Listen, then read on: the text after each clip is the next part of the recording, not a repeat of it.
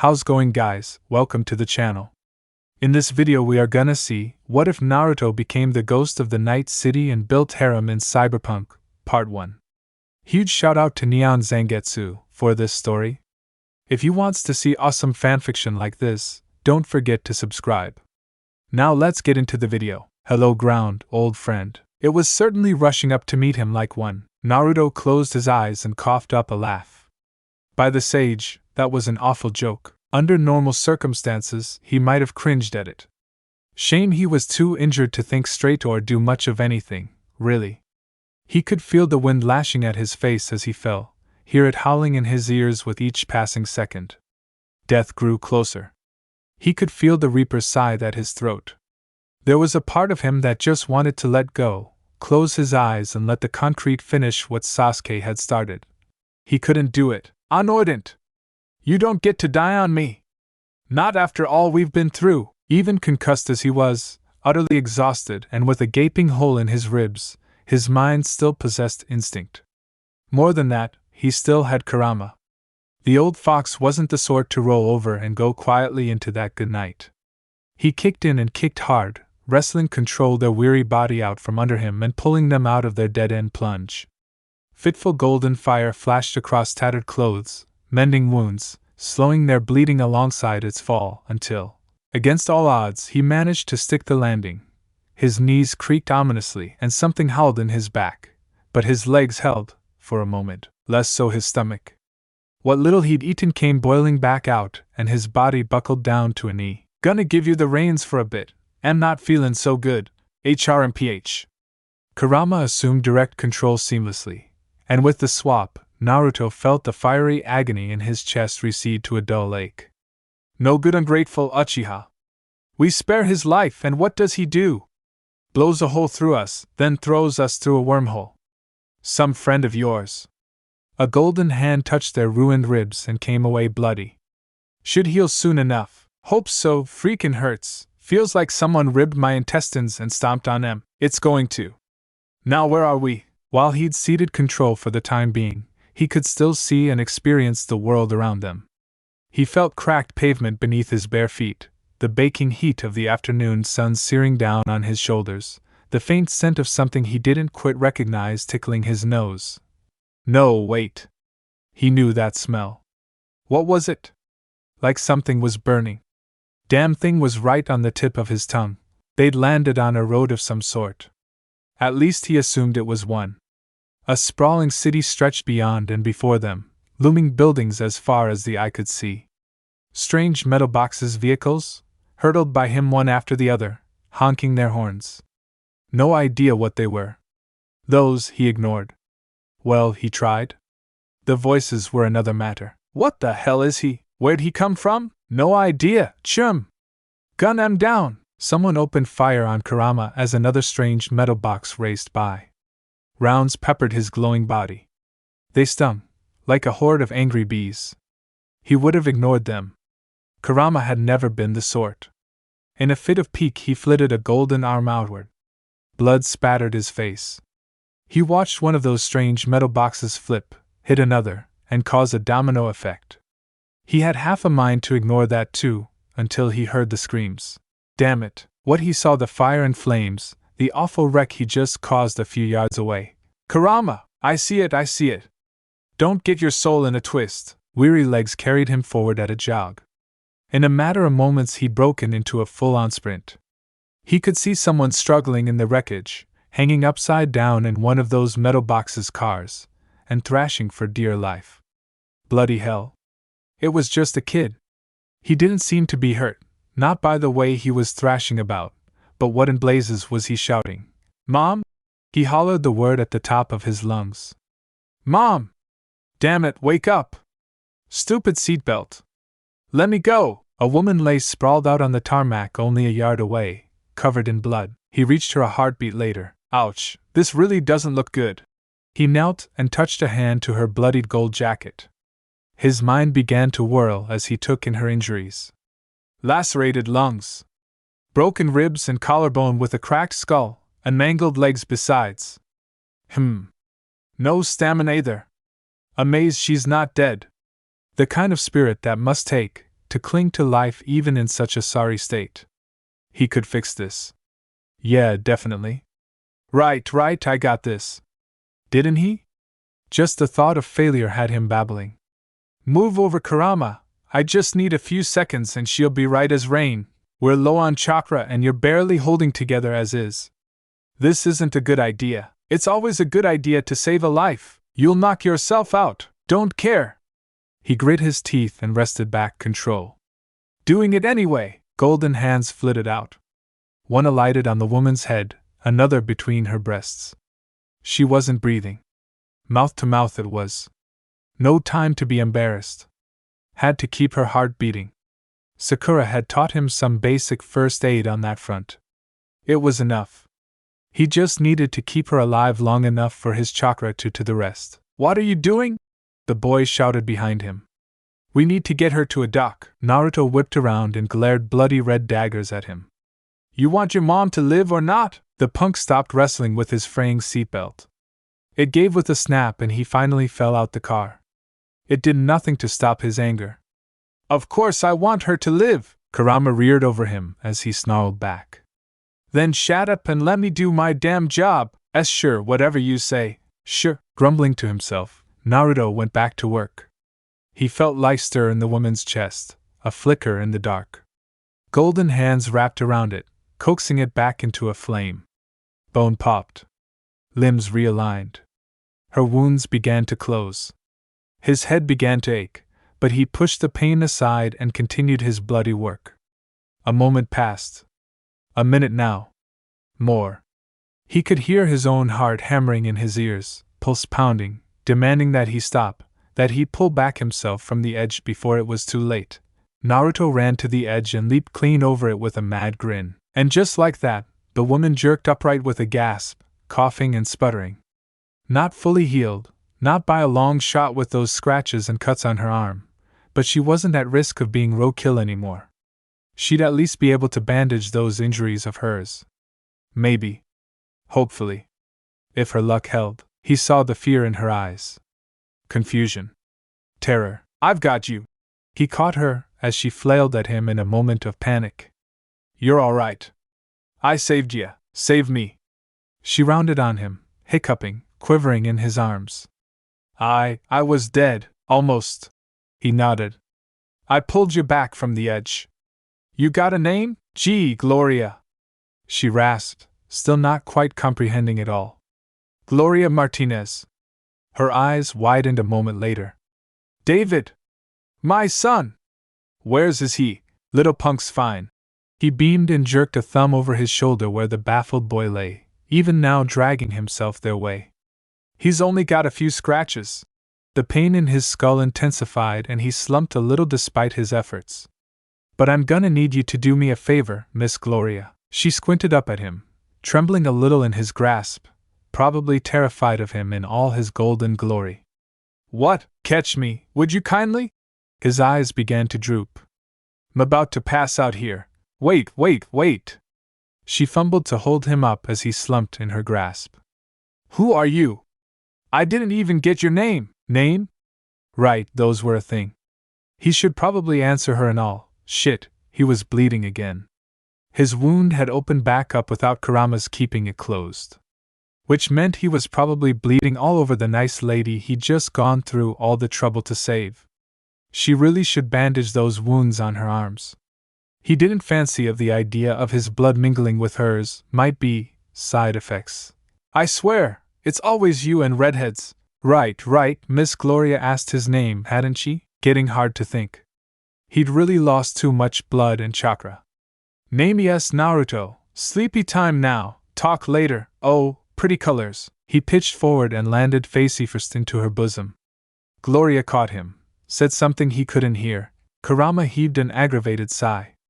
Sleep well, idiot. Naruto blacked out with a bleary smile. His troubles had only just begun. Play it again. The footage on the screen wound backward seemingly in slow motion, an explosion unfolding in reverse.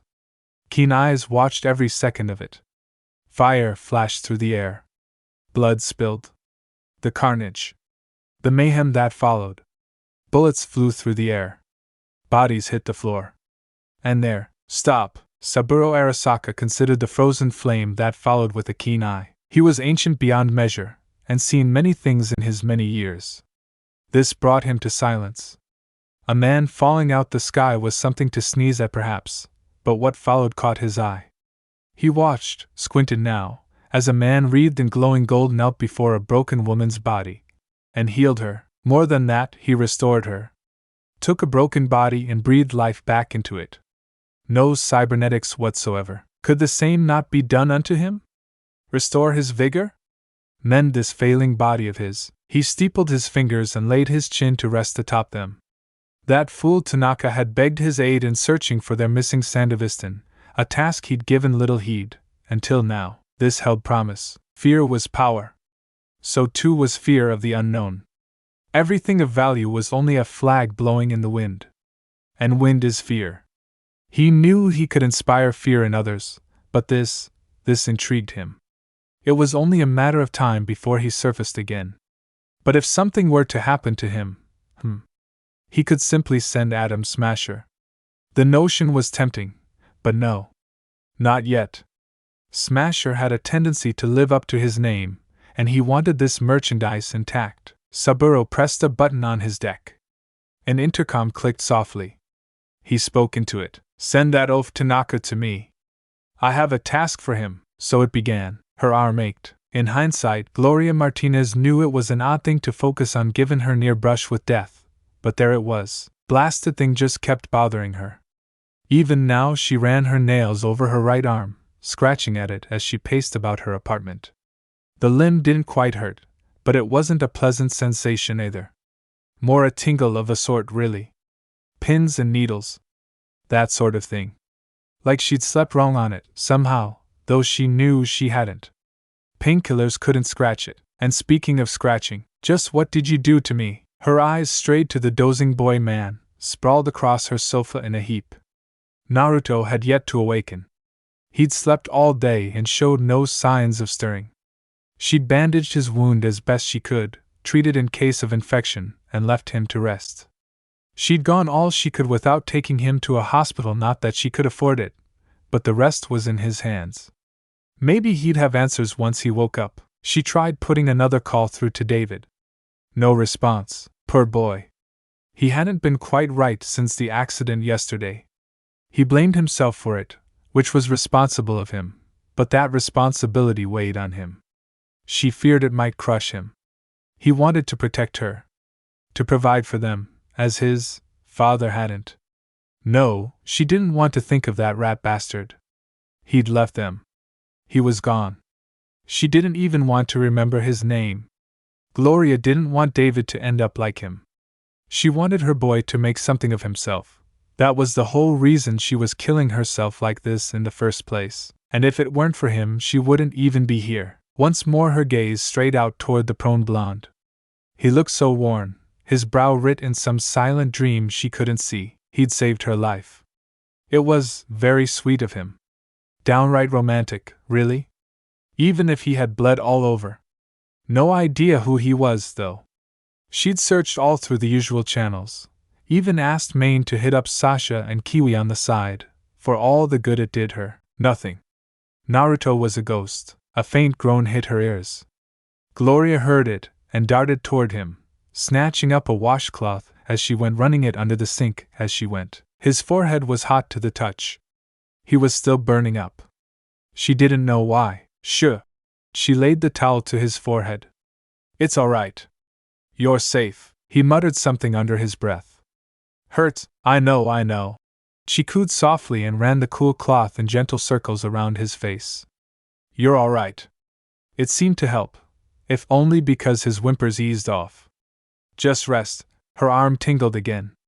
Gloria looked down at it and balked. What in the world? Much to her disbelief, her fingers burned with golden flame and myriad black marks. As she looked on, they rushed up her wrist, sheathing her arm, followed by her shoulder. It burned with golden flame. Fire!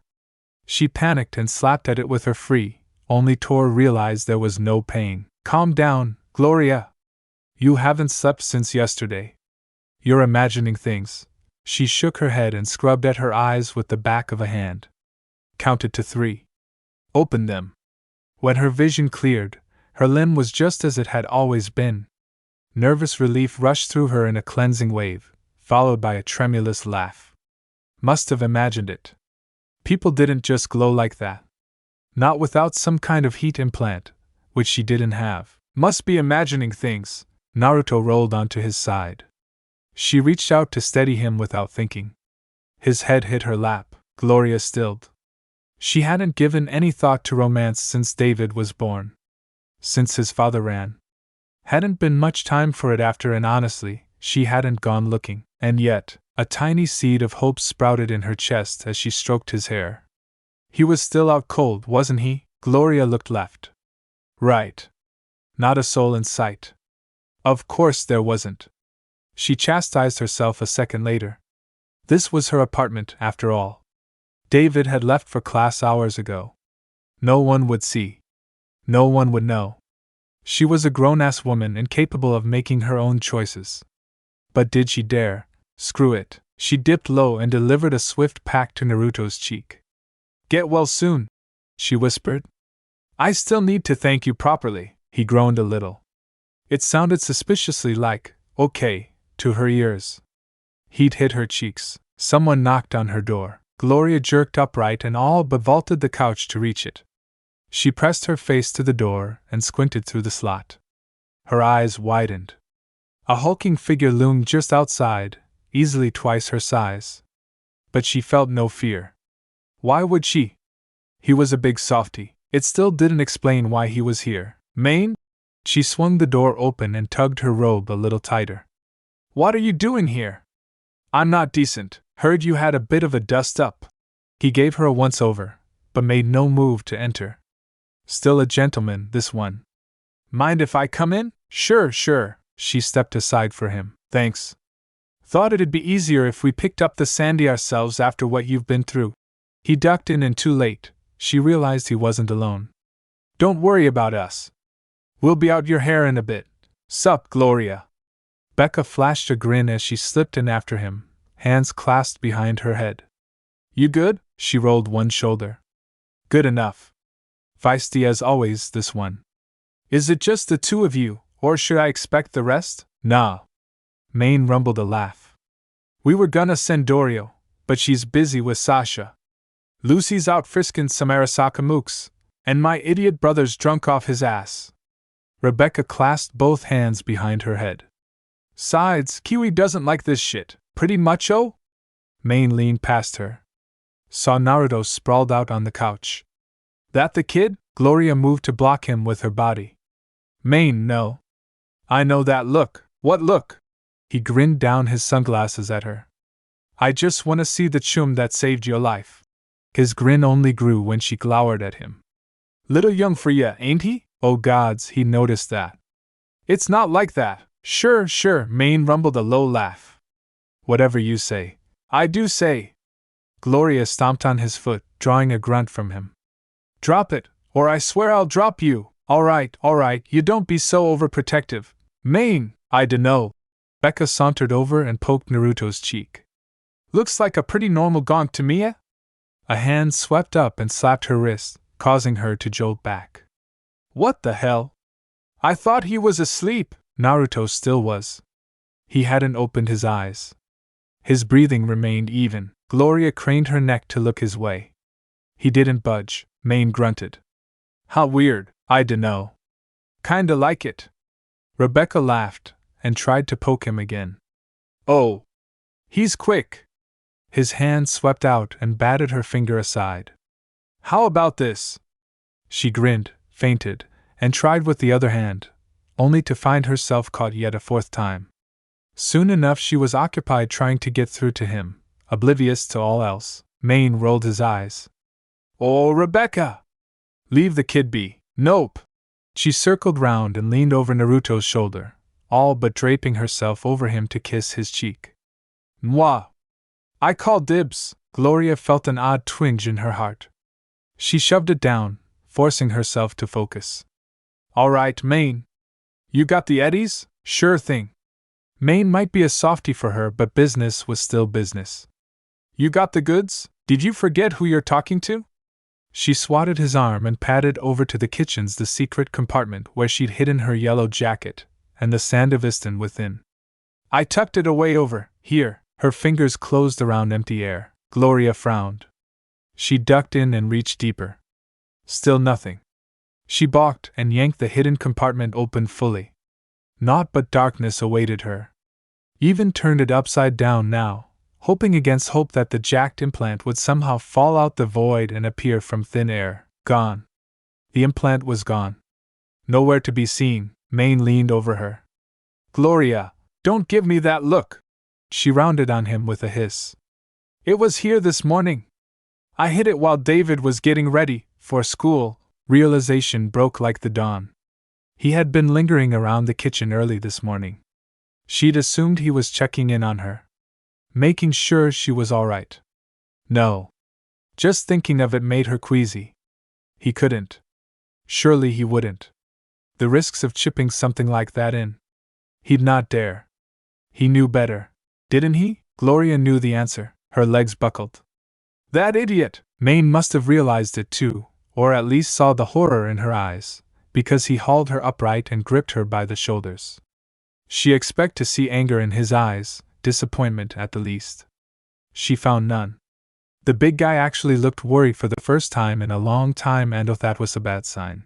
He took it, didn't he? Gloria managed a weak nod. Maine clapped a palm to his face.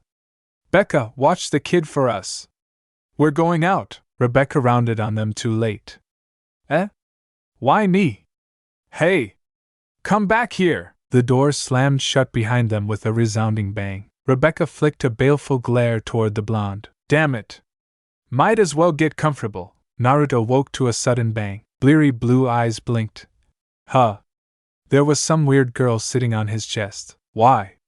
Why in the name of the sage and the nine was there a girl sitting on his chest? Strange-looking girl too. All pale skin and light green hair contrasted by bright red gold eyes. All wrapped up in a little black number of hoodie that really didn't do her justice. She sat sprawled atop him, legs splayed down on either side of him. He took one good long look at her, and his brain fizzled spectacularly. His tongue, however, did not. Hey there? She grinned and flicked him a wink. Hey yourself, handsome. Kurama creaked a blood-red iris open.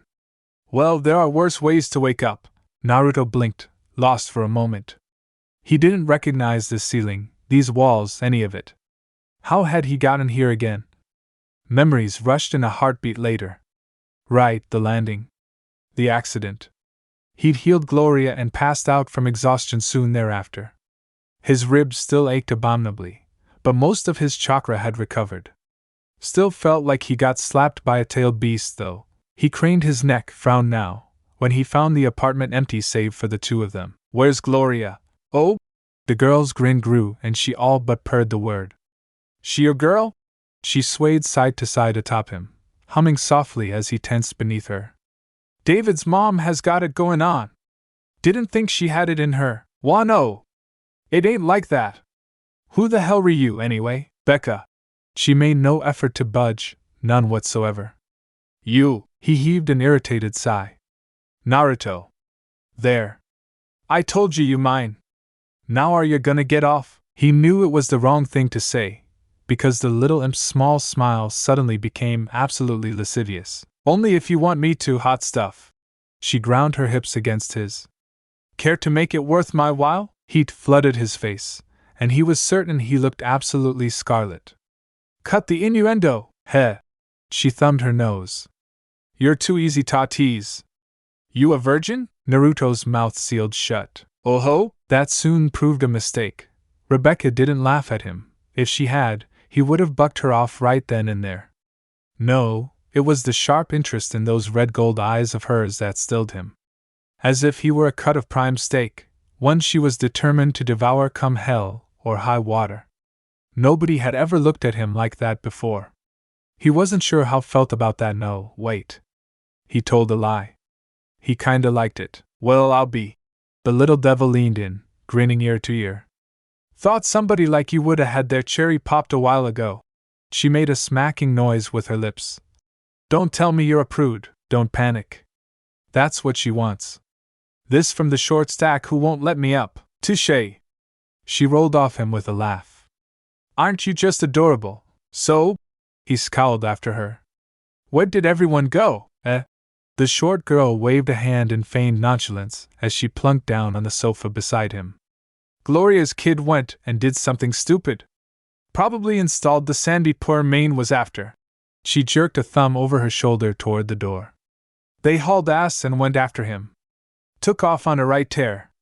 Made me promise to babysit you, Naruto grimaced. He had some decent measure of what David felt like from that disaster back on the freeway.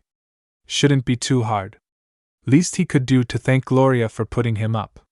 Sons should listen to their mothers after all, and if David was out causing trouble for one reason or another, well, maybe it was high time someone talked to him. I can find him. You! Rebecca leaned back. What can you do?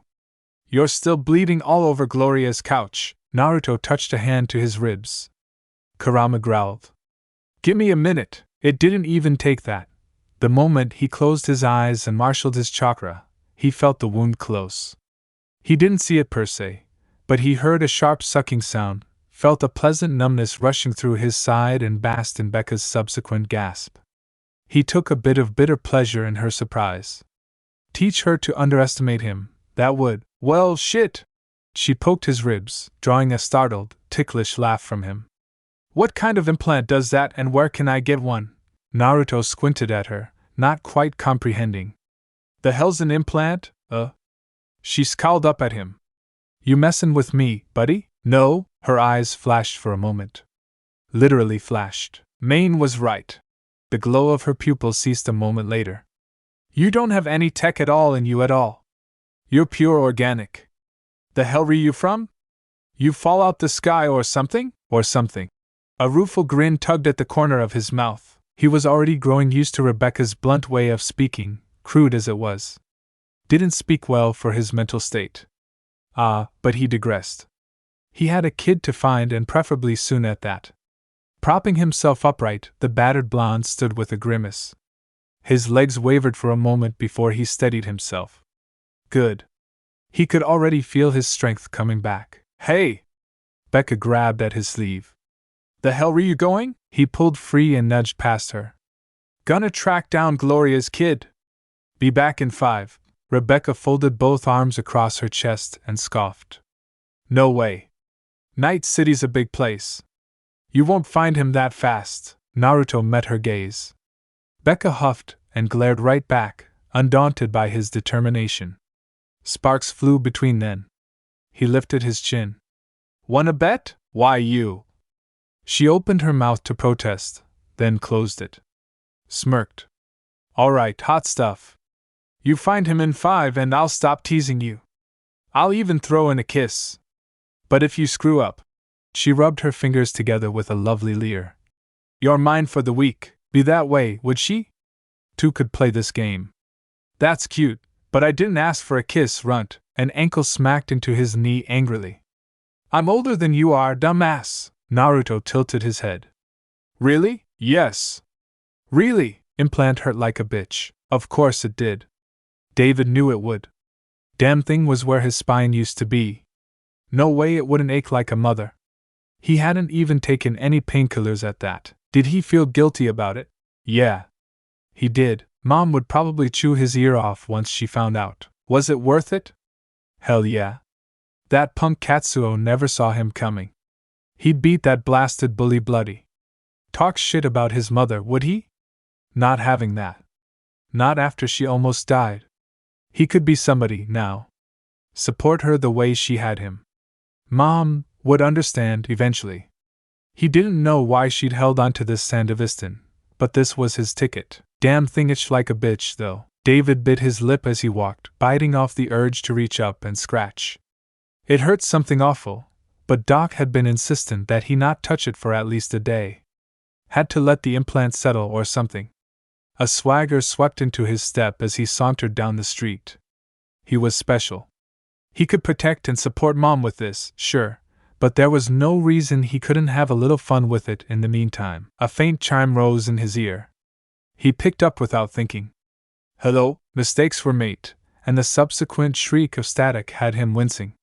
David Martinez, shit, shit, shit. he grimaced. Hey mom, how's your day? You are so grounded, young man. Ah, crap, indeed. A golden hand landed on his shoulder. Against his better judgment, David looked up. Hey, D. Naruto grinned down at him, eyed red and glowing gold. Remember me? Your mom's looking for ya. Don't resist. He did, and nope. Not dealing with this. The Sandevistan burned in his back. In an instant he blurred. The blonde tripped him. His face smashed into the floor. Pain seared through his nose. Neat trick. Is that what these implants do? You're pretty quick. Pretty quick? No one should have been able to see him. How? He tried to blur away again, only to find himself intercepted by a second yellow flash. Don't tell me you have one of these sandies too? Nah. Naruto dusted off his ruined jacket. Just built different. Now you gonna come with me, or W? David took a deep breath and bolted. Naruto streaked after him with a sigh. Hard way it is. They engaged in something of a running battle from there, each second another blur, another intercept, forcing him to blur again or risk being caught. David lost track of how many times he used it. 3? 6? 9? He threw himself at every angle he possibly could, only to find himself boxed in like some rank amateur. Which he knew he might be. He'd never felt like such a weakling before. It burned. Boiled in his blood like nothing else. What the hell? He threw a wild punch and found his arm twisted behind his back. This ain't fair. You are special, David. Naruto swept his legs, caught him by the jacket, and smashed him down to the floor. But there's a difference between special and skilled. Bright blue eyes beamed down at him as he held him in place. Now let's go have a word with your mom, eh? David squinted furiously. What's your deal, old man? Naruto recoiled, but didn't let go of him. Old? I'm maybe 2 years older than you, tops. David tried to refute that. He managed only a weak, raspy gurgle. His head ached. Blood ran down his nose. Crap. Had he overdone it? Head hurts, don't feel so good. His world went black. Of all the irresponsible shenanigans, yup. David found himself wincing beneath the barrage. Mom was mad. Been a while since he'd seen her this riled up. An angry hand latched onto his ear, yanking it backwards. You are grounded, young man. 3 months. Ah, Mom, Maine laughed. Huh. She's kind hot when she's angry. Maybe that's what Blondie sees in ya. David absolutely gagged. Dude. Not cool. That's my mom. Gloria rounded on him. Say that again, mister. The big guy held up his hands. I didn't say nothin'. Naruto could hear them shouting. Must have been real loud if he could catch their words from the rooftop. The ghost of a smile graced his face as he looked down. Faded now, as he looked out on the cityscape below. Flying cars, huh? Definitely not in the elemental nations anymore. Culture shock was one hell of a thing. He'd not had time for it before, busy as he was. First he'd been focused on healing Gloria, then finding David and dragging the boy back by his belt when he passed out. But now that he'd sorted that, now that things had more or less calmed down, a lonely breeze ran through his hair, musing his blonde bangs. There was just so much to see. He was afraid to even use Sage Mode again for fear of what he might find, never mind negative emotion sensing. He'd already tried it and nearly gone mad. This so-called city was a hotbed of anger and discontent and pain. Calm down, I am calm. He switched his sixth sense off with a sigh. Just a bit shocked. He could still feel it, all that negativity bubbling beneath the surface, but muted. Ever present, a ringing in his ears. It wasn't something he could simply ignore. Sirens wailed somewhere in the distance, and he resisted the urge to leap down into the fray. Something told him once he started, he wouldn't be able to stop. What now? He'd landed here solely by accident, coasting from one mess to another without a care in the world. If he didn't have a purpose, a goal, he sat with a sigh. Why am I even here? A door opened. Thought I might find you brooding. Footsteps behind him. He craned his neck back. Miss Gloria? None of that. She waved a hand and paused, standing beside him. You're making me feel old. Gloria didn't look old. Tired, yes, but not old. If anything, she looked damn healthy. There was almost pleasant glow to her skin now, a sharpness in her eyes that hadn't been there before. Her found himself wondering if he imagined it. The faint scent of shampoo reached his nose, and belatedly he noticed the towel slung round her shoulders, realized her hair was down, long and wet. Not a bad look for her, huh? She stared at him for a long moment, eyes flashing. Becca was right. You really don't have any Tekken-ore on you. I don't know if that's brave or just suicidal, he snorted. That why you came up here? To tease me? Nah. She elbowed him. Wanted to thank you, and thought you might need to talk. Blunt, was she? Hell of a thing, ain't it? Words rushed out before he could think to hold them back. I can run faster than light, punch buildings down, blow a hole in the moon. Gloria blinked quickly. What? But I just can't seem to wrap my head around this place. He flung out a hand. How do you people live out here? We adapt. She shrugged one shoulder. Don't worry. A bit of chrome and you'll be right as rain. No. A strange feeling nestled in his gut. He turned away, watching the skyline. I'm fine the way I am, if you say so. She must have seen the look in his eyes, because she didn't pry. Instead, she sat and swung one leg out over the edge, tucked the other into her chest, then laid her chin on her remaining knee. Her eyes sought his once more. What will you do now? That was the question, wasn't it? Dunno. She twirled a strand of wet hair around her finger. Do you have anywhere to stay? He had an inkling of where this was going. Nope. Then it's settled, you can stay with us. He grimaced a little. She saw it. I'm sorry about D. David's a good kid. Well, she grimaced a little. He tries to be. He's got a good heart. Naruto's grimace became a grin. That why you were hollering at him down there? A flash of pink hit her cheeks. Heard that, did you? It's fine. I don't hold a grudge, she heaved a sigh. That's good to hear. He turned to face her fully. I'm sensing a question here. Gloria ran a hand through her damp hair. He wants to drop out of school and run with a friend of mine. Any chance you can talk him out of it? Me? I've already tried. She looked away. He won't listen. I want a better life for him. He deserves more than. A tan hand gestured helplessly to the glimmering city below. This. 5 firm finger curled into a fist, nails biting down into her palm. The things I've done to get him here, the sacrifices I've made, I can't let it go to waste. He has so much potential, the chance to be the very best. He can drag himself out of this cesspool if he just applies himself. You really care about him, don't you? She puffed out her chest. I raised that boy. Of course I care, as she should. A mother couldn't be anything less. You're a good mom, Gloria. He's lucky to have ya. Her ears burned. He noticed.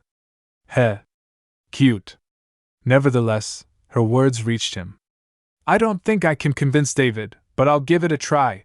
Gloria's face lit up. That's all I ask? What am I, your personal valet or something? Silence stretched between them, broken only by the wind whistling across the rooftops. In the absence of words, he made his decision. I want to learn about this place. He raised his gaze, watching a rocket streak its way toward the moon. Why the way it is? Maybe I can fix it. If he needed a goal, that seemed a good one as any. He'd never sensed a such wretched hive of scum and villainy. Just thinking about made him twitch. There was good here, he'd seen it firsthand, but all the mayhem and madness threatened to drown it out completely. He couldn't stand it. The more he dwelt on it, the more certain he became. Kurama agreed, evidently. Bold of you, I'll give you that. Oh? Gloria huffed.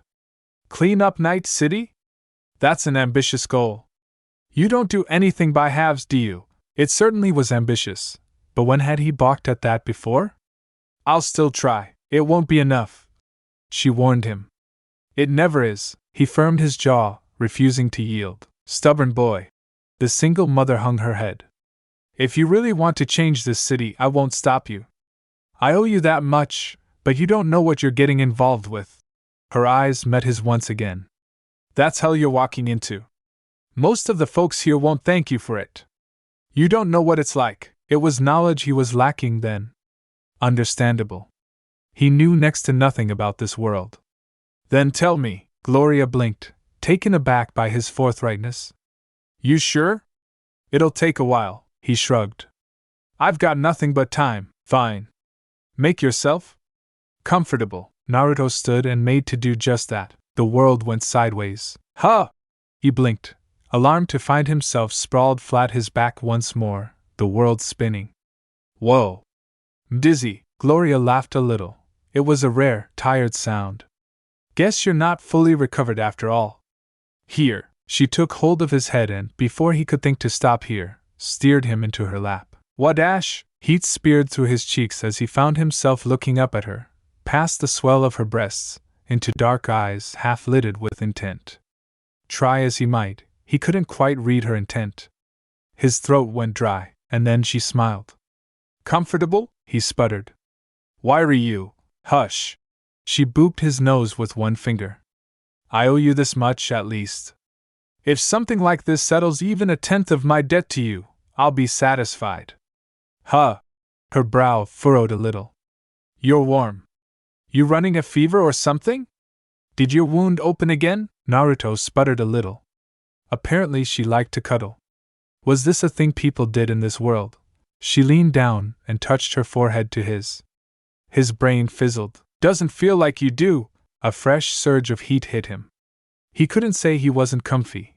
He'd never experienced the legendary lap pillow before. Never thought to, really. Felt kinda nice, all things considered. Gloria's lap was just the right blend of softness and firmness. No fat on her. This was a woman who was on her feet most of the day, and it showed. All right. She raised a finger. You want to know about this city? He dared a nod. Get ready for a lecture then. First we have the corporations, and so she told him. She told him it all. Nearly an hour later, when his brain was nearly full to bursting, Gloria finally gripped her arm and paused. That's enough of a refresher course for now. There's someone I'd like you to meet. Come with me? He couldn't help but notice she phrased the last bit in the form of a question, almost as if she were afraid he'd refuse. I promise, he's a friend. I'd stay to introduce you, but well. She granted him a rueful grimace. Work calls. Have to keep the lights on somehow. All right. Twist my arm, why don't ya? Naruto sat up slowly, bracing himself for another dizzy spell or worse. None came. Gloria clapped him on the back, opened the rooftop door, and descended. He followed her down with a frown. Something nagged at him. He noticed it when she gripped her arm, for a moment. An instant, really, strange. For a moment there he could have sworn he felt chakra from her. Impossible. Utterly impossible. Must be more tired than I thought. Big. Such was Naruto's first impression of Maine. Guy was built like a fortress. No saying that was a disservice to him. Man was a mountain. He absolutely loomed over him in Gloria's apartment. His very presence seemed to make him larger than life. No other words would do. So you're the one that helped Gloria out. The giant lifted his sunglasses, sizing him up. Brought the Sandy back in one piece, too, even if it's attached to her kid. David grumbled something to that effect where he lay sprawled on the couch. Maine ignored him. Thanks, kid, I owe you one. He offered him his hand. Naruto grasped it, drawing a laugh from him. Ha! Hell of a grip you got there. Sharp eyes flicked him up and down, considering. You sure you don't got any chrome on ya? Nothing under the hood? For some reason, that irked Naruto even more. You have no idea. Nope, he said instead. Must be built different, David squawked. That's my line, old man. He winged a shoe at his feet.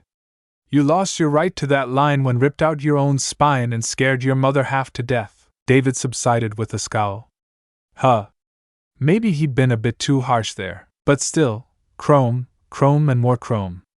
All this talk of implants was making him feel ill.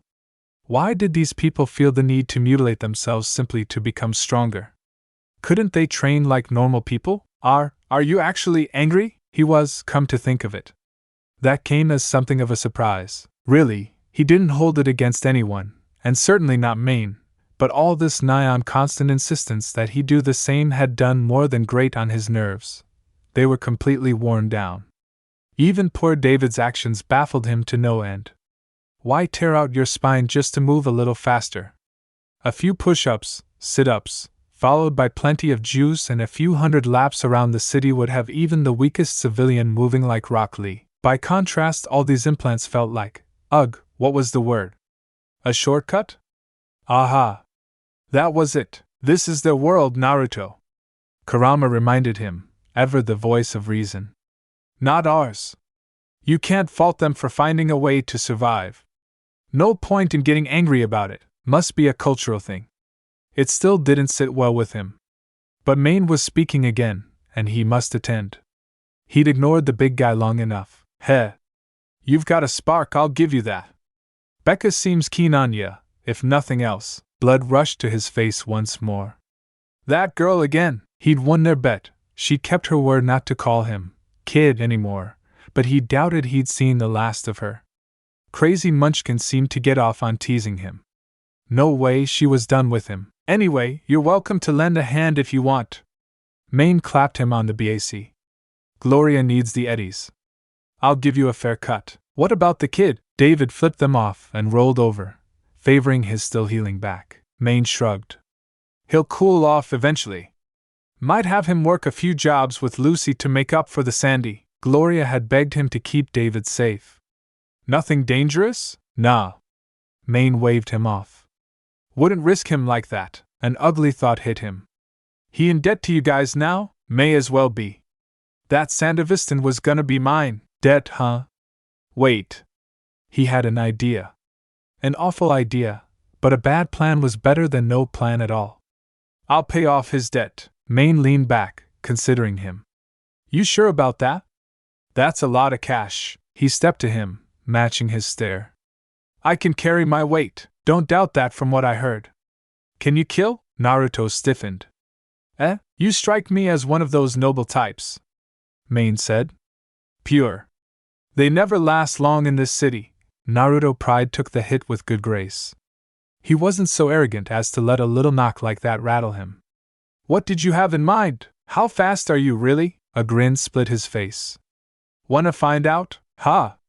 The giant belted out a laugh, startling him. All right, rookie. You've caught my attention. I'll be in touch. His piece said. The massive man ducked back toward the door. We've got a gig a few days from now. We'll see if you're the real deal then. Keep an eye on the runt in the meantime, yeah? Be ashamed to lose him again after all that trouble. Yeah, don't gotta tell me. Twice? Naruto turned to find David rising from the couch. The boy was glaring at him. Hey, old man. Want a word with you. Hey, old man. Want a word with you. David almost didn't live to regret those words. Something sparked in Naruto's tired blue eyes when he said them. It almost looked like anger. Frustration roared high in him before he stomped it back down. Almost made him hesitate, that did. Almost. He'd never been one to hesitate before, and he didn't do so now. What do you want? He drawled. And don't call me old man. Want a word with you. Naruto waved him on. We're alone. Talk. David shook his head and planted both hands in his pockets. Not here. Why the hell not? David shrugged one shoulder, not willing to admit the truth. He didn't want to make a mess here. Best to do this someplace else. A blonde brow rose. You do realize you're still grounded, right? Old man just didn't get it. They had a score to settle. Won't be long. We'll be in and out before Mom gets back. She won't even know we're gone. Naruto's brow furrowed. Out of where? Just come with me already. Fine. Lead the way. He shouldered past him. A long, agonizing walk followed. David did his best not to glance back during it. He led him to an abandoned district, an old worn-out street, an avenue no one used anymore. Hollow buildings and dilapidated stores marked their way, dimly lit by flickering lights. Closer to gang territory than he would have liked, but it served his purpose. We almost there or what? Almost. He peeled back a wire fence. This way. Together they stepped through. Steel girders and concrete pillars awaited them in an open lot within, the remnants of what had once been. Well, he didn't know what was. Someone had tried to build something here once, and given up halfway. Whoever the poor chum was, he was long gone. Night City ate dreams for breakfast. Same went for lives. What's this supposed to be? An abandoned site or something? Or something? He paused, pivoted to face him. How strong are you? He didn't take the bait. Strong enough. No, that's not it. You're faster than me. How? Shit. He was screwing this up. I'm asking how you got so damn strong. What you can do, damn it, let me show you. Naruto held up a lone hand. David squinted at it, baffled. The hell were you doing? The blonde grinned. Wait for it. Wait for way out. His words peaked into a yelp as a shrieking sphere burst into existence. One he launched at a nearby concrete pillar. It didn't break. Wind howled as it crumbled to pieces, and then the ground beneath it, leaving a gaping crater behind in its wake. Naruto walked over to the remains and stomped down, cratering them further still. Satisfied? David leaned over the hole with a low whistle. Damn. How'd you do that? Determination, commitment, and sheer willpower. The blonde flicked him a thumbs up. It's not about how much strength you have, David. It's what you use it for. You thrashed that punk for taking down your mom. That much I can understand. Gotta protect your family, you know? He scowled at him. What would you know? Naruto only smiled. At least you have a mother, The words hit him like a gut punch. Your mom's gone? Yup. My dad, too. I'm probably the last of my kind. He gave a shrug. I try not to let it bother me. How?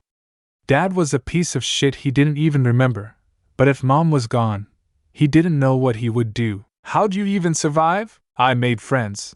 He shrugged quickly to hide the flash of pain in his eyes. Most of them are probably gone now.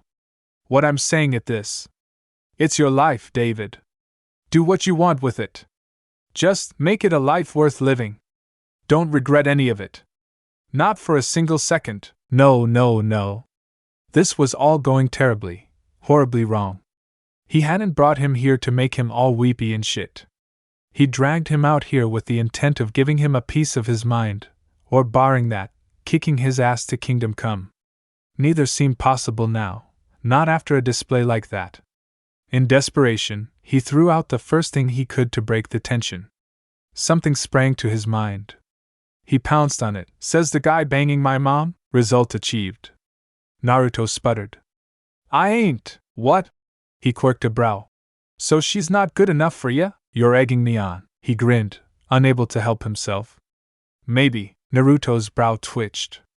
You have 3 seconds to start running. A hot rush of air cut through his thoughts, obliterating anything else he might have said. A vessel descended from above, bathing them in ruddy red light. David flung up an arm to shield his face from it, squinting into the glare. The hell? Men in heavy tactical armor disembarked, rappelling down from the craft to surround them. It all happened in an instant. 3, 6, 9.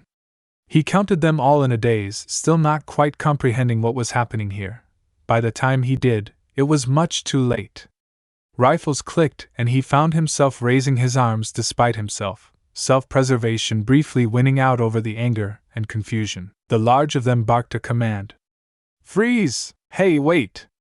David flailed backward. We didn't do nothing, David Martinez, their commander intoned.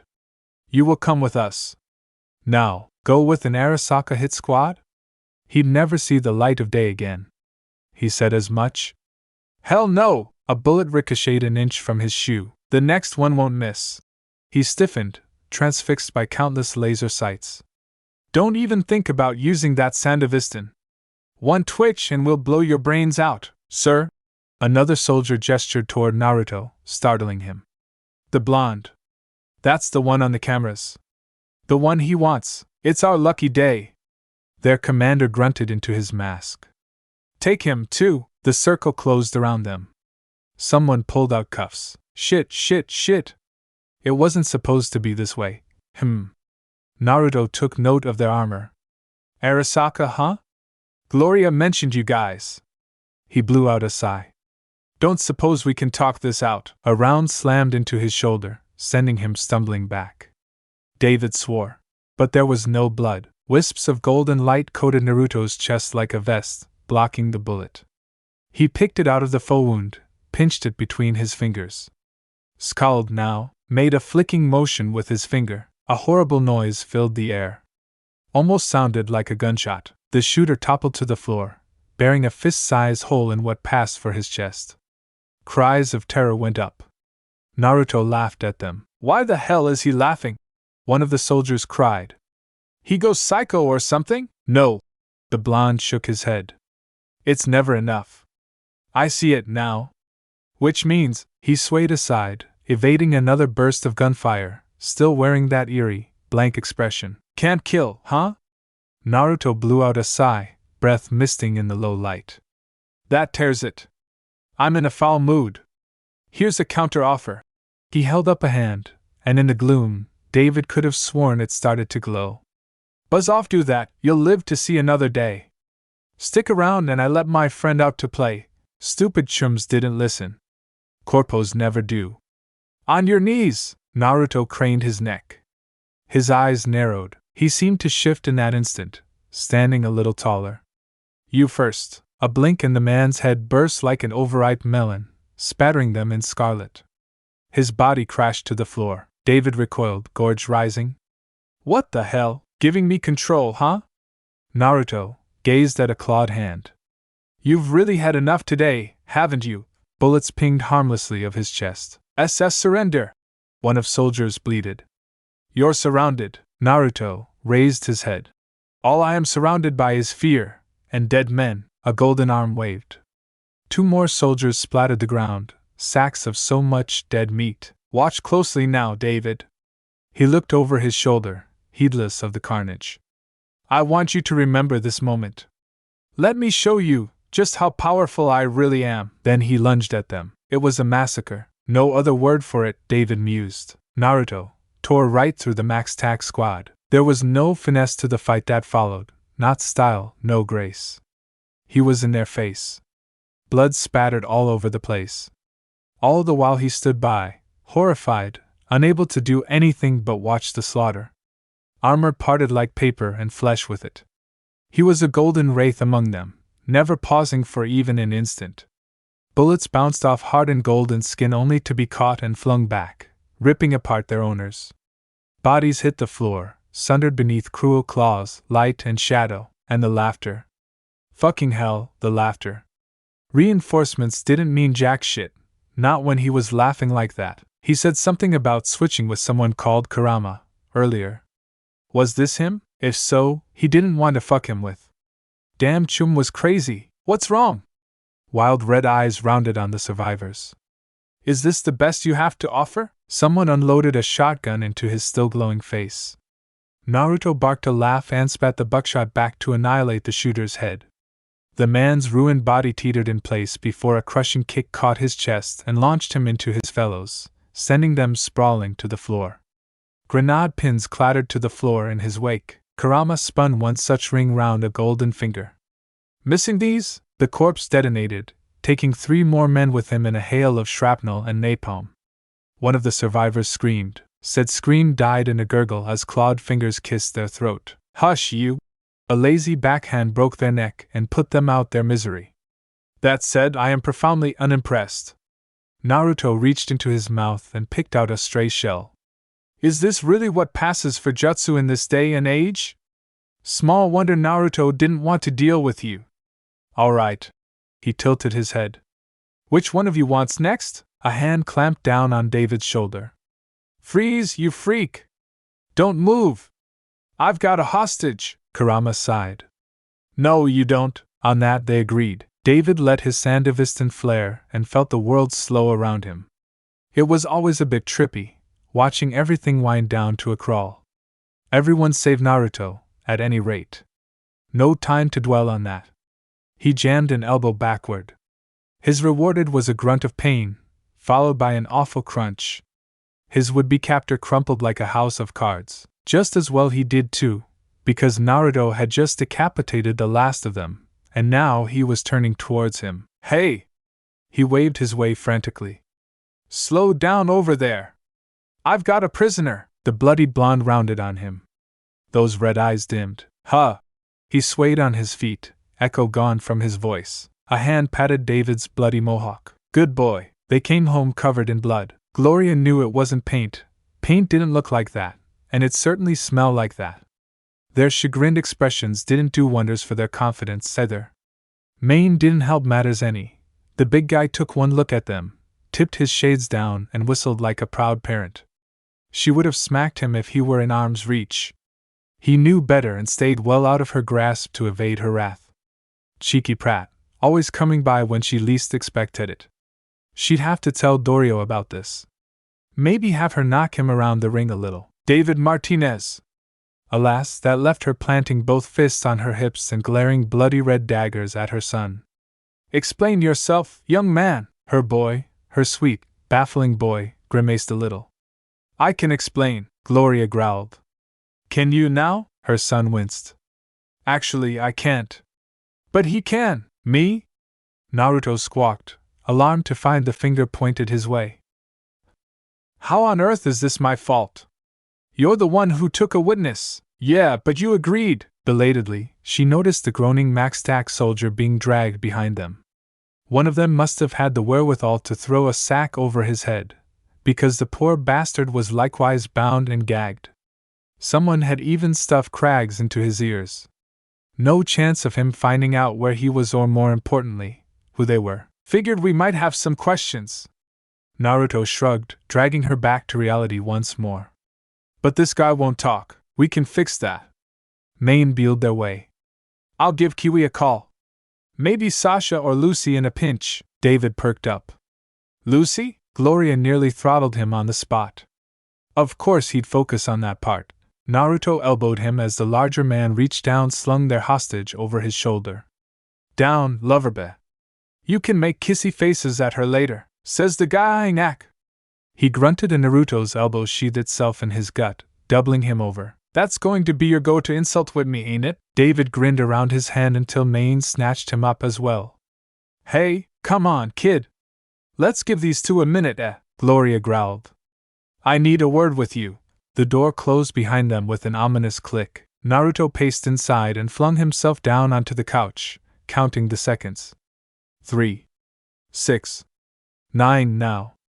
And yet, despite his trepidation, Gloria didn't explode. She didn't rant or rage or even try to hit him.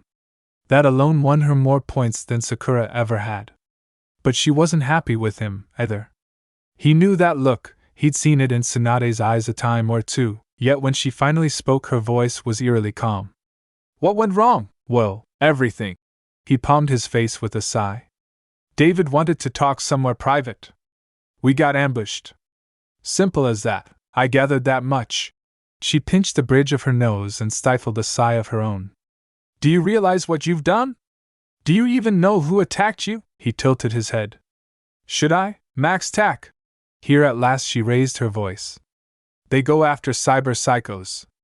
Someone sent them after you and David. Strange terminology there. I don't feel psycho. If anything, he felt downright light after letting Kurama out to slaughter those goons. Not that he'd ever tell anyone. I should hope not. Gloria sank down into the seat opposite him, distracting him once more. Putting aside the fact that you don't have a single piece of hardware in or on you. But it doesn't change the facts. Look at this. She held up her wrist and a bit of light flashed forth from it, coalescing into an image. His face stared back at him, and beneath it, oh, that was a thing. See what I mean? That's a pretty big bounty. Bigger than he liked. And they wanted him alive? Why? I didn't do anything. Naruto, what? He glowered back at her. I didn't. Realization dawned. You're angry. I'm not angry. Gloria leaned away, temper faltering under his stoic stare.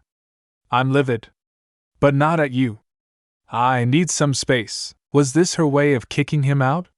He couldn't begrudge her that. He couldn't deny that he'd brought down his fair share of heat on her. No idea why these people were after him, but he couldn't deny the chance that his being near her might put her in danger. Maybe he ought to find a different place to crash for a while. All right. He climbed to his feet. Don't gotta tell me twice. Imagine his surprise then, when Gloria balked. You're agreeing so easily? Well, I'm indebted to you for helping me out. He scratched the back of his head with a rueful smile. Don't want to see you and David get hurt. You should be more worried for yourself. She snatched at his sleeve. This is a massive bounty. He wasn't worried. They'd never be able to collect. Meh. Scene higher. Listen to me, listen to me. Gloria knew he wouldn't the moment she said the words, knew it deep in her gut. Brave boy. Fearless boy. Foolish boy. He thought himself invincible. And maybe he was compared to the people here. Anyone who could tank gunfire and laugh about it wasn't someone she wanted to cross. There was a small part of her that understood that, and another that feared him. The rest of her wanted to shake him silly. Did he not understand the danger? I am. His face fell. And I know what you're trying to say. I can't stay here anymore, can I? Oh gods, now it felt like she'd kicked a helpless puppy. You just can't go out for a while. No. He shook his head with a pained noise. It hurt her heart. We both know that ain't gonna work. I don't want to put you and David in any more danger than I already have. She knew his reason, respected it even.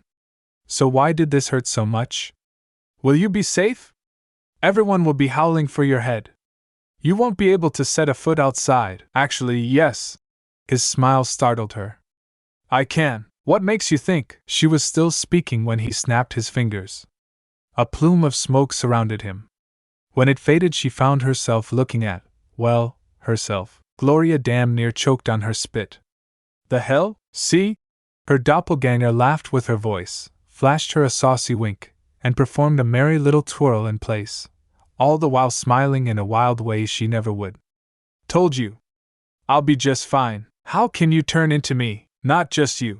Her mirror image winked at her. Watch. With a flick of his fingers and another plume of smoke, she found herself staring at Maine, then Rebecca. I can be anyone I want to be. Can't find me when I'm pulling this now, can they?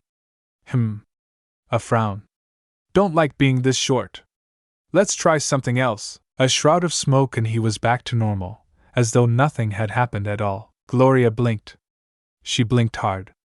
How? Just an old ninja trick. His smile was decidedly unabashed.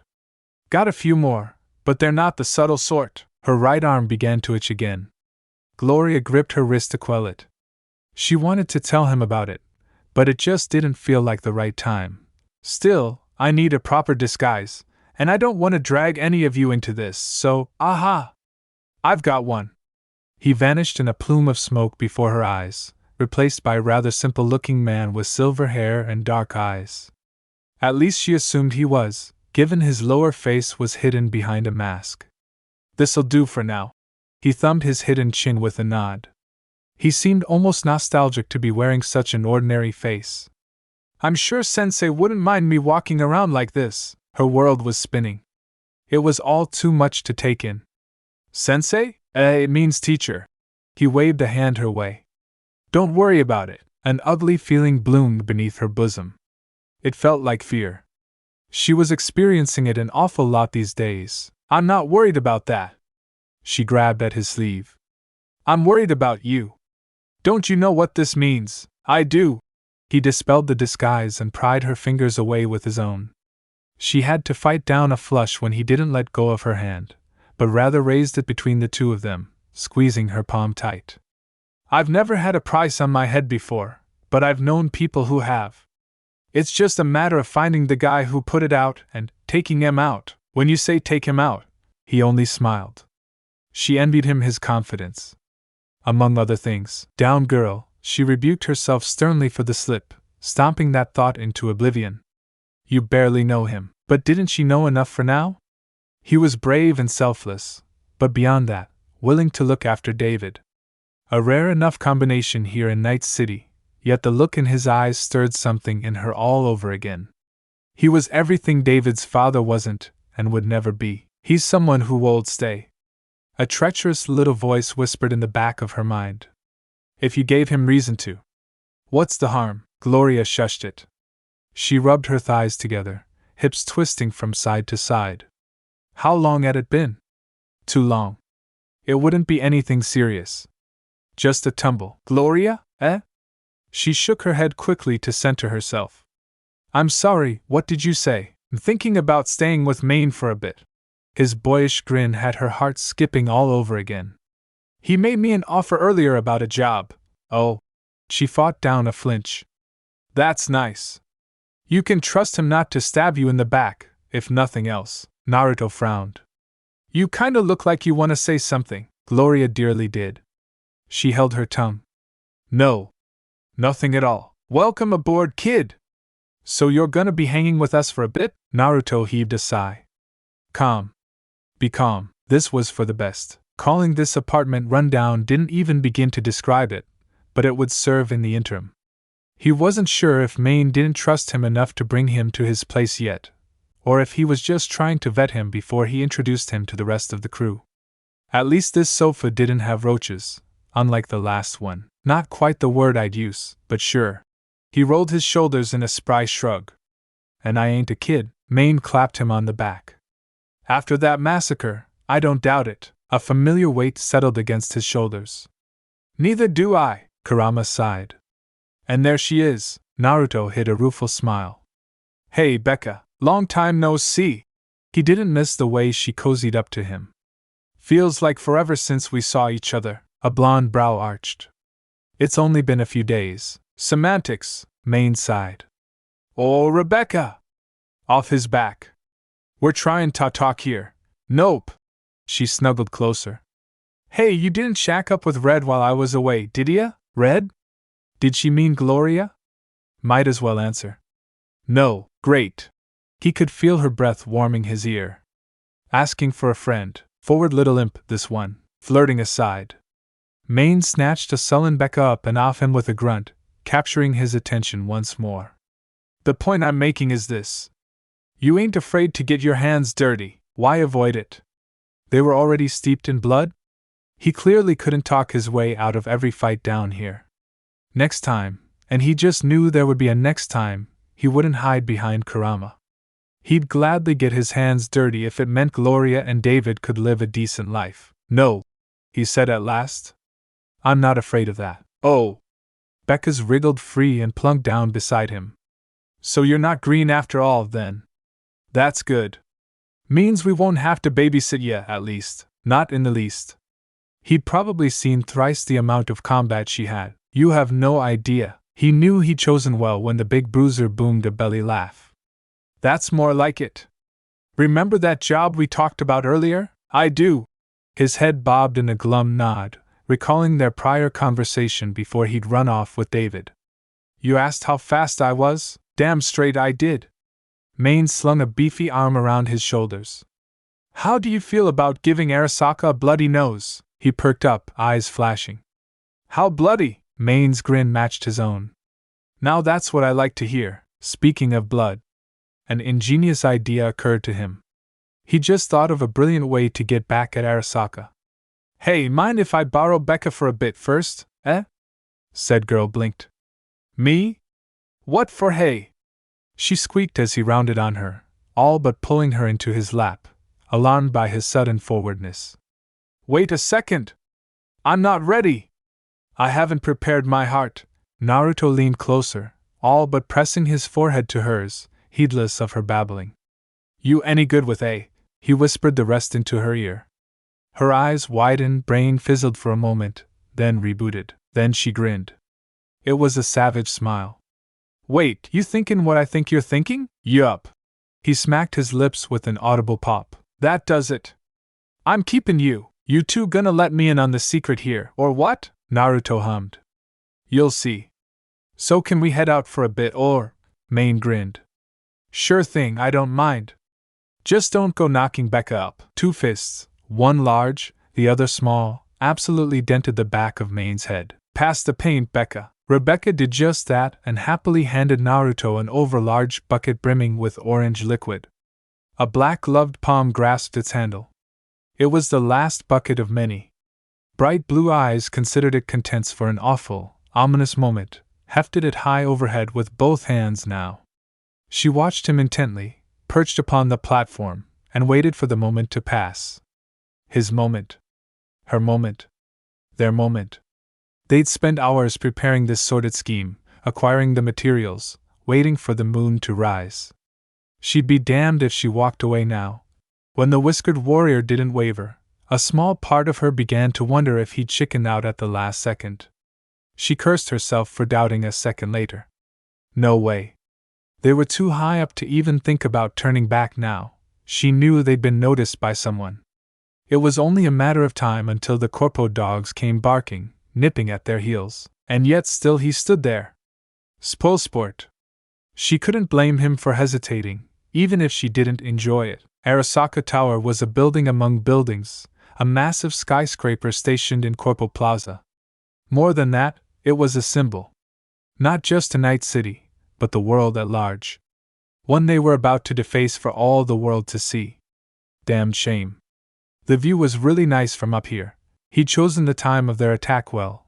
Night, She nudged him with one elbow, unnerved by the sudden silence. The hell are you doing? He turned a wide grin on her, azure orbs sparkling with mirth, teeth gleaming in the moonlight. Savoring the moment, yeah? Damn it, she'd felt heart skip a beat just now. She wasn't blushing. Definitely not. Hell no. Well, savor it later. We're on a time limit here. Are you even paying attention? She jabbed a finger up under his chin. You do realize this is gonna piss off Arasaka, right? Yup. Naruto's expression didn't waver. I mean, it's really gonna piss him off. If they weren't coming after you before, they're gonna do that now. Hey, they sent goons after David and me. They get what they deserve. So speaking, he tilted his head back, set the paint can down, and took a deep breath. All right. I'm good. Step back a little, will ya? Don't want to spook you too bad when I break out the big guns. Becca blinked at that. She blinked hard. Big guns, he flicked her a thumbs up as the wind lashed at their hair. Big guns, a plume of smoke bloomed behind Becca. Voices accompanied it. She spun to face them and nearly jumped out of her skin, because, you see, quite suddenly, they weren't alone anymore. Had that been it, she wouldn't be quite so startled. But it wasn't that simple. Nothing with whiskers was. Now she found herself staring at not one, not two, not three, but 8 other Narutos, each a perfect copy of the rest. As one mind, they bent to retrieve the cans of paint. As one body, each stepped forward to flank their leader, 4 to each side of him. Eerie, and kinda hot. See? Naruto's grin proved decidedly cheeky. Impish, even, like he'd expected this reaction all along. Told you you'd be surprised? Surprised? Yeah, that was putting it too damn lightly for her liking. What the hell? Since when can you do this? Always. He tilted his head. Why? Don't see what the big deal is. Becca absolutely twitched. Naruto saw it and laughed. Anyways, suppose it's showtime. Let's go, boys! Then they moved. Naruto snatched up his paintbrush, flung himself off the roof, and hit the tower running. His clones rocketed down with him, forcing Becca to peer over the roof's edge just to watch. One by one, each began to glow gold, but it didn't stop there. Up and down they went, paint in hand, streaking across the length of the tower's surface. Up now.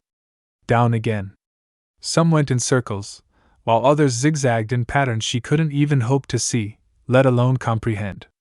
No side of the tower was spared. They were painting something. She couldn't see it from this angle. Whatever it was, it must have been big. Had to be, else folks just wouldn't notice. Still, what the hell was he making? 9 seconds passed. Becca counted, watching with a smile. Aura! And then, with a triumphant cry and a final flick of his wrist, Naruto cast aside his now empty paint can and zipped back up onto the rooftop to join her.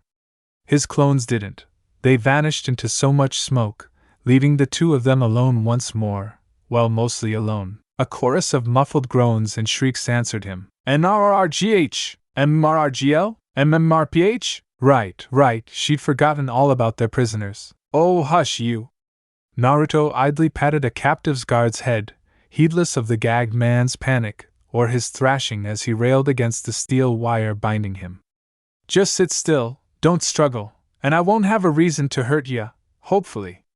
Maybe don't move too much, yeah? Wouldn't want you to roll off the roof now, would we? It's a long drop. Becca thumbed her chin. Might be easier just to kill him. More whimpers ensued, followed by yet more muffled begging. No. Naruto's response was immediate and surprising. Not this group. Hey, don't go soft on me now. People die here all the time, buddy. Becca shrugged. Dozens a day sometimes. You get used to it. People shouldn't, but they do. She shook her head with a shrug. What you gonna do about it? Whatever I can. Naruto growled, bless his pure soul. This way of living ain't right. Life is sacred, it shouldn't be thrown away unless there's no other choice. And don't give me that live free or die hard shtick. He reached around and grabbed a captive by the scruff of their vest. This way, we'll have witnesses. I want witnesses. After all, if this city is rotten, then there's only one thing to be done. Becca tilted her head, watching him further as his eyes glowed red. You have to pull it up by the roots. His victim slumped with a gurgle. TCH. Naruto dropped him with a sigh. Bastard passed out on me. Rest'll get the message. Their remaining captives nodded their fervent agreement. Great! His smile returned tenfold. Becca flicked him a sidelong glance. Yup, that settled it once and for all. Definitely. Whiskers was insane. Hot, but insane. She didn't much have a problem with insanity. Everybody was loco one way or another down here. Night City was as Night City does and all that jazz. She knew he'd been preparing a prank of some kind, even if the details were scarce. But this? This went beyond the pale. Did she care? Meh. Nobody liked Arasaka. Night City was a city of grays. Hardly black and white. Becca liked gray. Sure, it was complicated sometimes. Sure, people were fucked up. Sure, it could be better. But you did what you had to survive down here. Goody Two-Shoes never lasted long. If the bad luck or blind stupidity didn't take them out, the gangs did. And when you really pissed them off, the corpos even put out a price on your head. Naruto's was unique in that they wanted him alive for some reason or another. Arasaka might just change that to dead after this, though. Japanese corpos were real big on honor, and he just kicked them right in the balls. Sirens wailed in the distance. All right, then. Naruto clapped his hands, snapping her fully back to reality. Guess that's our cue. Shame we can't walk back down. Ha! Becca rounded on him, incredulous. What do you mean we can't? Your leg's broken or something? Well, I worked hard on this masterpiece. Seems a shame to walk all over it, you know. How the hell are getting down from here in one piece, then? Naruto's grin grew. Wheel. A spotlight snapped onto them from above, bathing the world white. Shit. Corpos must have caught on faster than she thought. This is Arasaka's security. An unfamiliar voice brayed from a looming craft above. Surrender or be fired upon. This is your only warning. Let me answer your question with another question. Naruto knelt and offered her his hand in the spotlight, bringing himself eye level with her. Do you trust me? Is now really the time for this? Blondie didn't budge. He didn't say a damn word. Becca eyed his palm warily. Trust, he said. She shouldn't, but she did. Her hand edged out over the gap between them, slowly at first, inch by inch, before she finally found her nerve and took it, fingers threading through his own. Huh. His hand was pretty damn big. Warm, too. She wouldn't mind holding it for a while. Felt like she was holding the sun in her hands. She never wanted to let go. It was a silly, girlish thought, one she'd never say aloud, yet it nevertheless brought a faint tinge of pink to her pale cheeks. Screw it. She'd given Gloria plenty of time. David's mom still hadn't made a move on him yet. If she hadn't, she would. Some said love was war, and while Becca wasn't sure if this was love, she damn well wanted to find out. Her lips parted, and Gunship opened fire with a deafening roar. Golden light absolutely erupted from Naruto's back, almost too fast for her to see. For an instant, she could have sworn she saw a fox. Yeah, right. Her mind was playing tricks on her again. Whatever the damn thing was, it was large and big and fucking fast. Fast enough to swat the gunship out the sky like some annoying gnat. Then it was gone, leaving the spotlight to wink out of the burning wreck plummeted down to the empty grounds below. It detonated in a fiery explosion. Hot wind lashed at them, blowing their hair back. Becca didn't dare turn around. What was? Sorry about that. Didn't hear your answer. Naruto reached up to clasp her hand with his free palm, sandwiching her fingers between his own. Do you trust me? A small, girlish part of Rebecca's soul giggled at the madness of it all. Her. Giggled. She didn't giggle. Blasted blonde was corrupting her. If she hadn't been interested in him before, she certainly was now. He just smacked a shit out the sky for her. Not flowers or chocolate or any of that silly sweet shit, but simple, gratuitous violence. Made her feel nice and warm, that did. Yes. Becca's tongue finally betrayed her, and damn did his face light up. The sight left her weak in the knees in more ways than one. There, I said it. Happy now? Great. Ignorant of her feelings, Naruto gripped her palm tight, then yanked, swinging her up into the air to land on his back. Then don't let go. Wait! She latched onto his neck and shoulders and flared down, not quite comprehending. What do you mean, don't let go? Naruto leaped into the abyss with a laugh, turning her words to a terrified shriek. All the world became a blur, but only for an instant. In that single blessed instant before panic truly took over, Rebecca looked back, desperate to at least get a glimpse of what he'd done to Arasaka Tower. She'd never forgive herself if she didn't at least see it firsthand. Her eyes flashed, determined to carve it into her memory. No matter how grainy the footage might be, she wasn't disappointed. Of the once grand Arasaka Tower, all that remained was an utter mockery.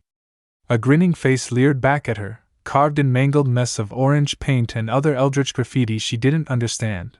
But she didn't have to, because there, atop it all, painted in great glowing letters, Arasaka! That was a bad pun. Rebecca knew she should feel bad. If not for that, then the corpos he tarred, feathered, and roped atop the building. But she didn't. It flipped her switch.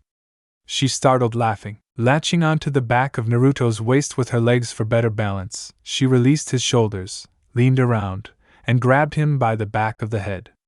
The blonde made a confused noise, but she didn't give him time to process what she was doing. She had a second enough to glimpse baffled blue eyes and then, mwah, her lips him a wet, sloppy kiss. That settles it! She drew back, squeezed him tight, and kissed his cheek again. If we pull this shit off without dying, I'm gonna bang your brains out. Naruto's sputter was sweet, sweet music to her ears. They vanished in a streak of gold. You've got a right pair on ya, kid. Thanks, I think. Naruto looked up from the couch with a tilt of the head, not quite understanding the slang. That's supposed to be a compliment? Something like that. Maine laughed, clapped him on the back, and sat beside him. The sofa creaked beneath his bulk. You look comfortable enough. Enjoying the new digs? He cast a quick glance for his surroundings. You mean this place? Wasn't a bad hideout as far as hideaways went. Dim but not dark thanks to the lights, spacious, yet cool, while avoiding freezing. There was a neat little kitchenette built into the northernmost wall, well stocked with food, drink, anything a man could ask for. Someone had even gone so far as to install a shooting range through that door over there, one stocked with all manner of weapons and firearms besides. Despite his inherent dislike of the latter and Becca's promise to teach him how to shoot, he was beginning to find his footing in this. It was the perfect place to duck away for a few days. If ducking was what a man had in mind, not him. He didn't like the idea of hiding. Yeah. He stowed his grimace and offered a smile again. It's not half bad, Kurama sulked. Still not big enough for me to stretch my legs. Damn cramped city. On that they agreed. In truth, this place was little more than a bolt hole underground, somewhere to catch a bite to eat, rest his head for a bit and relax. For a man who could wear whatever face he wanted and disguise himself however he wished, this was akin to a game for him. A prank to surpass all pranks. His deeds against Arasaka were already making waves. Big waves. He was the talk of the city. Everyone now knew his work, his face, his name.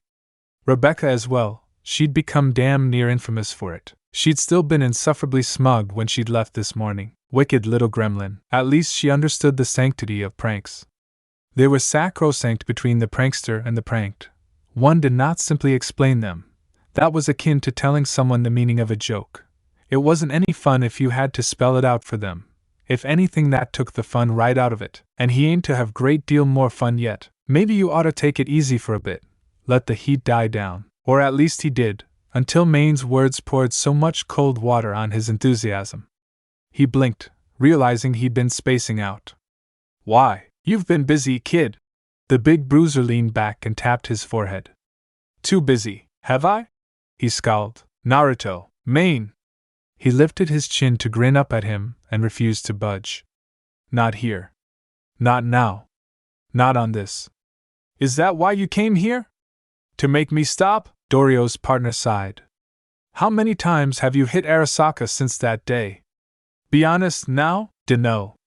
How many fingers and toes you got? I get that you're mad, but buddy, you're no Johnny Silverhand. Was that what he thought? Mad? No.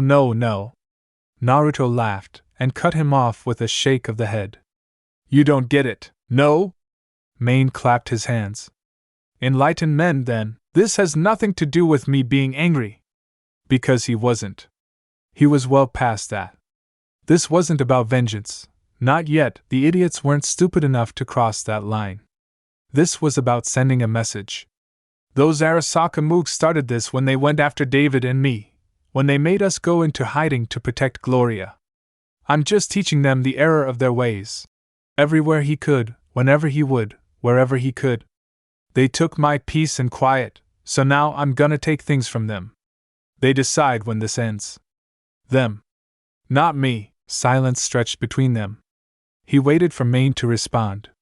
When he finally did, the older man caught him flat-footed. You're starting to sound like John Wick there, pal. Naruto squinted. Who? He's somebody you don't want to be. Main folded both arms before his broad chest and stared him down for the first time. Way I hear it, he was a lot like you. Nobody knew where he came from. He just showed up one day.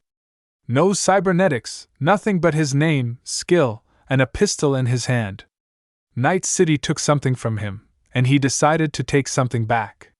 He kept taking lives, guns, bullets, day after day.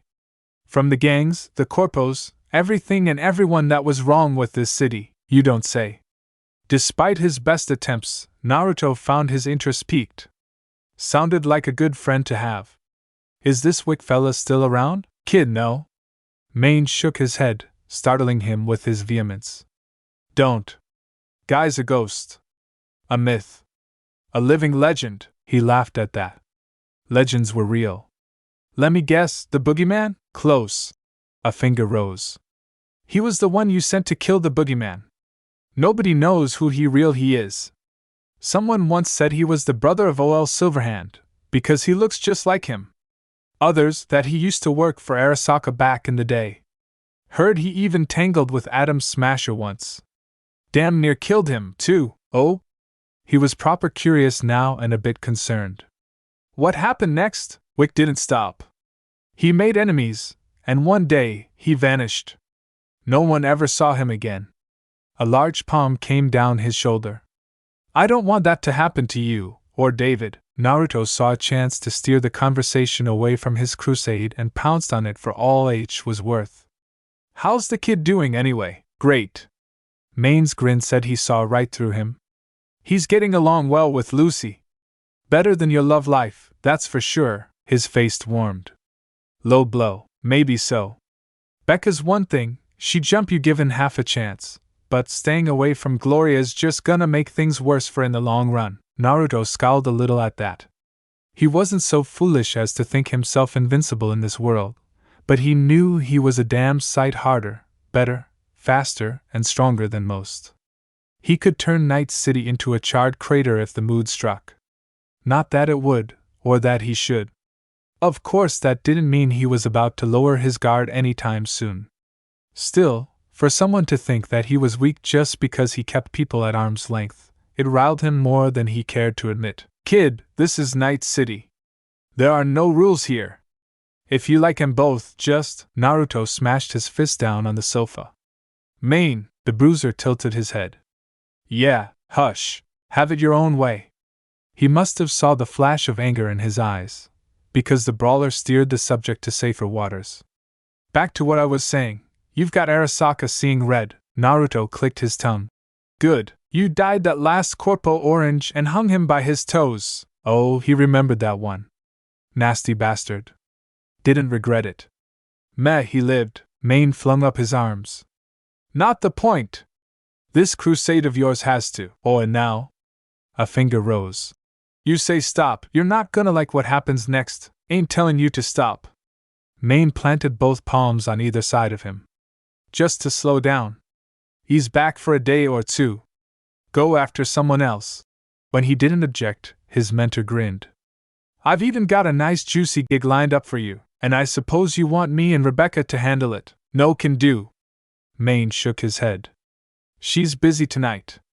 And this has to happen tonight, or not at all. There was something more to this. Something he wasn't saying. All right.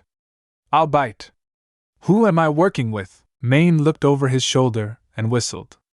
The door swung open. This the guy? Naruto found himself sitting just a little bit straighter as a stranger sauntered into his apartment. For their part, the newcomer seemed just as interested in him.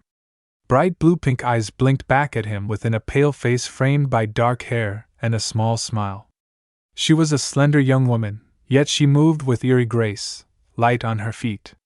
Her footsteps barely made it. Truly drew his eyes were the two strange whisker marks set on either side of her face. But he could tell those had something to do with implants, not natural. She seemed friendly enough. She regarded him for a long moment. So you're the one getting Arasaka's tits in a twist. Her eyes flicked up and down the length of him, considering him, judging his worth. You certainly look like the one on all those wanted posters. When he didn't flinch beneath those piercing eyes, the small shade of a smile touched her face. Main said great things about you, that you're fast and strong, apparently bulletproof to boot. How much of that is true? Naruto climbed to his feet. All of it. As he looked on, that small smile became a smug smirk. I'm Sasha.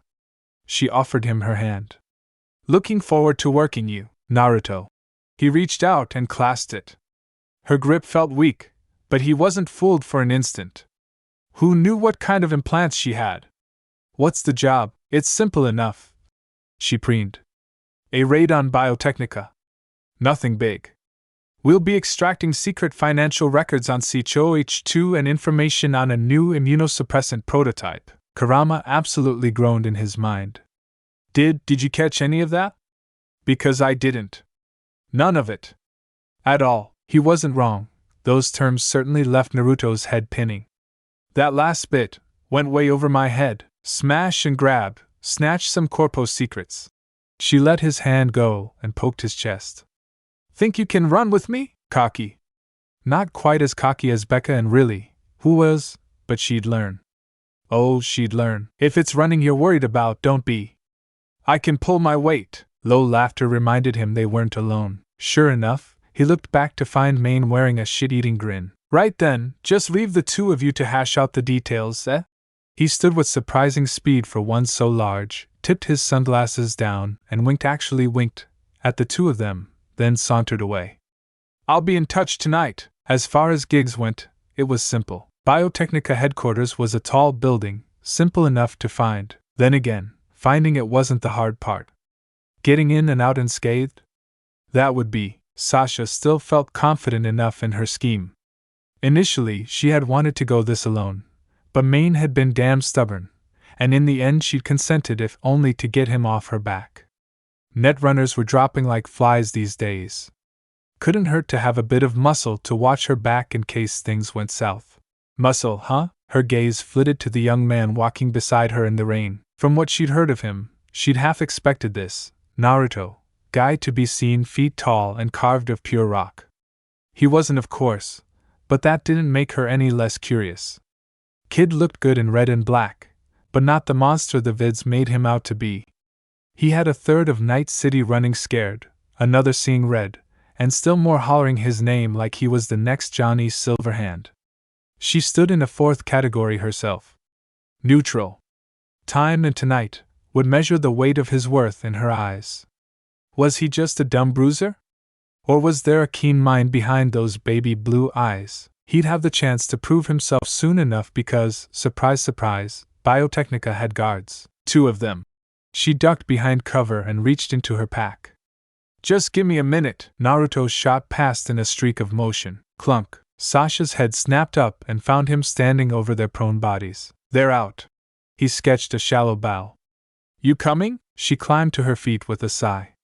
Show off. Maybe this wouldn't be so bad after all. Want me to break down the door? Sasha sashayed past him, huffing softly to herself. Let's try something a little more subtle. She took a cord from her wrist and plugged it in. Almost a heartbeat later, the doors swung open. See? Isn't that better? Naruto found himself whistling, mildly impressed. Neat little trick there. You ain't seen nothing yet. She winked. Wait here a sec. Quick as a flash she darted inside, vaulted a desk and performed that strange wire feat of hers once more. At least Naruto assumed she did, because not a moment later every camera seemingly went dead. Her mission accomplished, she gave a soft whistle of her teasing him perhaps, and waved a hand over the desk. He sauntered in after her, eyeing the dead electronics. Not a bad tactic. He would have just speed blitzed the place and been done with it. You're in? Main's voice crackled through his ear, causing him to jump. Blasted earpiece. Still wasn't used to it. Alright, in and out you too. That jammer ain't gonna hold forever. Yes, Dad. Sasha rolled her eyes. Come on. She made for the elevator. We're headed for the main office. Hope you don't mind cramped spaces. Naruto very much did, but saying that was tantamount to admitting weakness. Great, they rode the elevator up, him with gritted teeth, Sasha humming softly, chewing on a wad of gum. She blew a quick bubble as the doors opened and rushed out, leaving him to follow her. Darkened halls dimly lit by dull red lights awaited him, bearing a myriad of twists and turns besides. Sasha ignored them all. She made for a door at the end of the corridor. Another one of her tricks, opened it just like the others. From there they entered an office with a terminal against a great glass window, allowing a near-panoramic view into Night City below. Naruto felt his mood sour all the more at the sight. Wasn't much of a view, really, not the kind he was used to. Skyscrapers, skyscrapers, and more skyscrapers.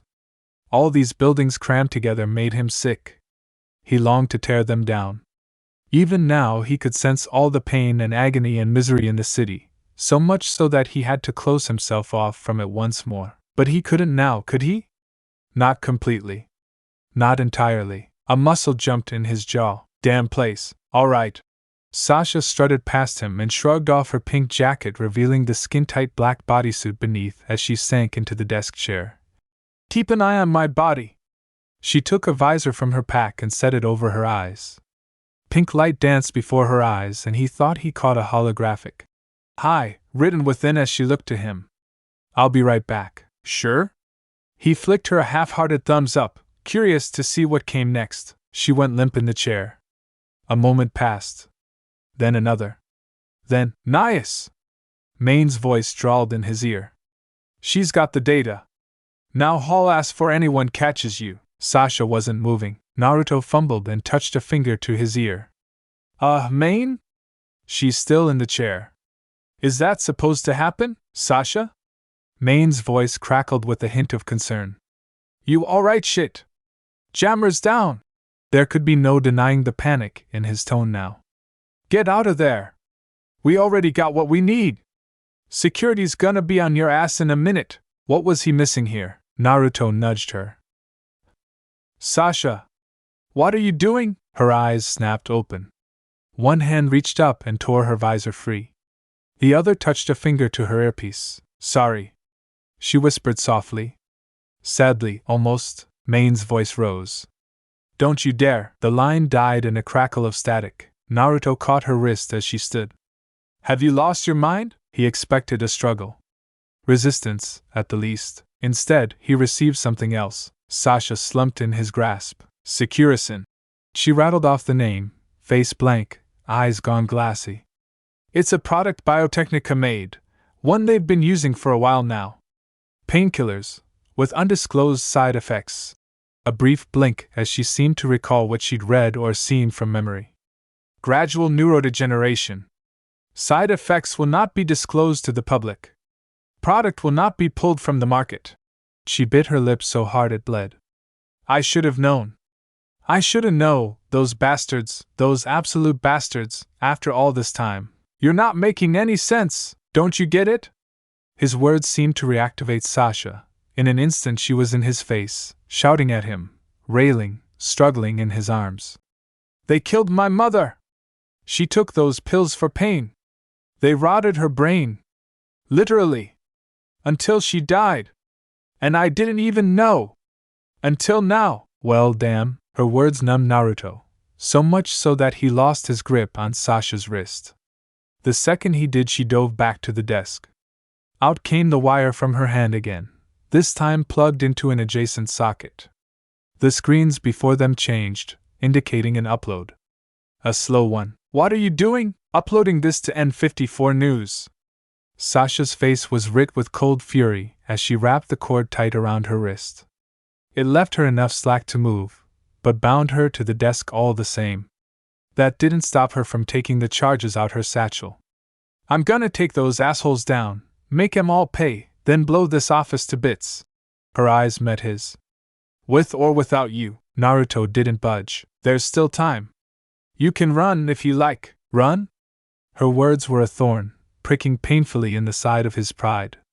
He crossed both arms before his chest. Who's running? Some unidentifiable emotion flashed through Sasha's gaze.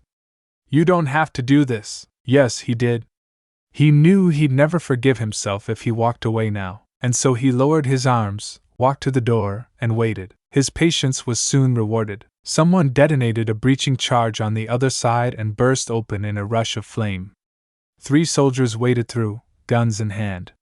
Robot drones. Sasha yelped and ducked behind the desk, grabbing something from her belt as she fell.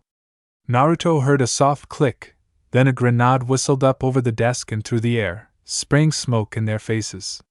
He heard the trio pause, no doubt taking a moment to let their optics adjust to the haze. They were still adjusting when he burst through it, shining like the sun. Rasengan! He caught the first dead center in the chest with the spiraling sphere. It rocketed back out of the room before its compatriots could even hope to react. By the time they realized their peril, it was too late. Bullets spattered harmlessly against his face and chest as he waded in to grab them by their heads. A flick of his wrist smashed them together, rendering them so much scrap metal. They crumpled like toy soldiers and fell at his feet. 2 more stepped up beside their fallen fellows, only to find their guns torn from their hands. He kicked one away, grabbed another by the arm and flung them over his shoulder. They hurtled past the desk and struck the window, shattering it in an instant. The drone didn't scream as it fell to its deaths. Machines never did. One punch put the other down. See? He grinned back. That wasn't so hard. Sasha poked her head out. What the hell are you? Bullets crashed into his back, drawing an annoyed grunt from him. More mechs came to avenge their fallen brethren. One after the other. Good, he wasn't satisfied yet. Machines didn't think. They didn't feel. They weren't to be mourned. They just broke beneath his fists. Shattered like so much glass. It was madness. Sweet, glorious madness.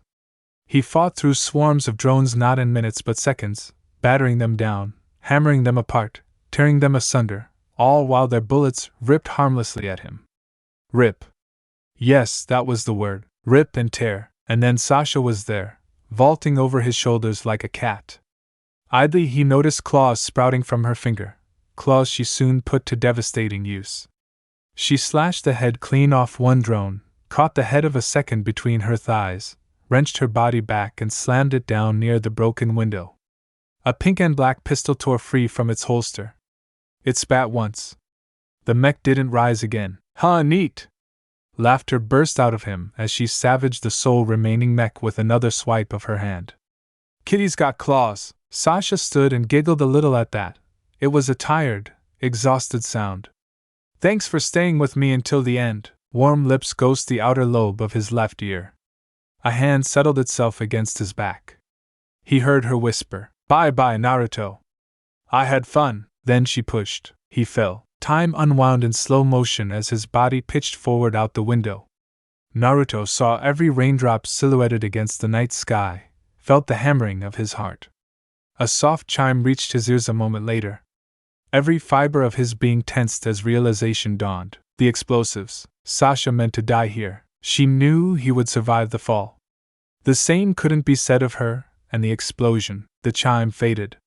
A dull thump rattled the building. Fire lit his world orange. Idiot! There was no time to think or plan, only to react, and he had less than 3 seconds, all the time in the world. He kicked off the surface of the building, channeled chakra to his feet, and surged back up through the broken window.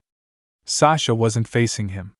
She didn't see him coming, didn't even know it was him until he grabbed her by the shoulders. The faintest glimmer of shock had only just begun to manifest upon her pale face when spun her around and wrapped her body in his Kurama's cloak.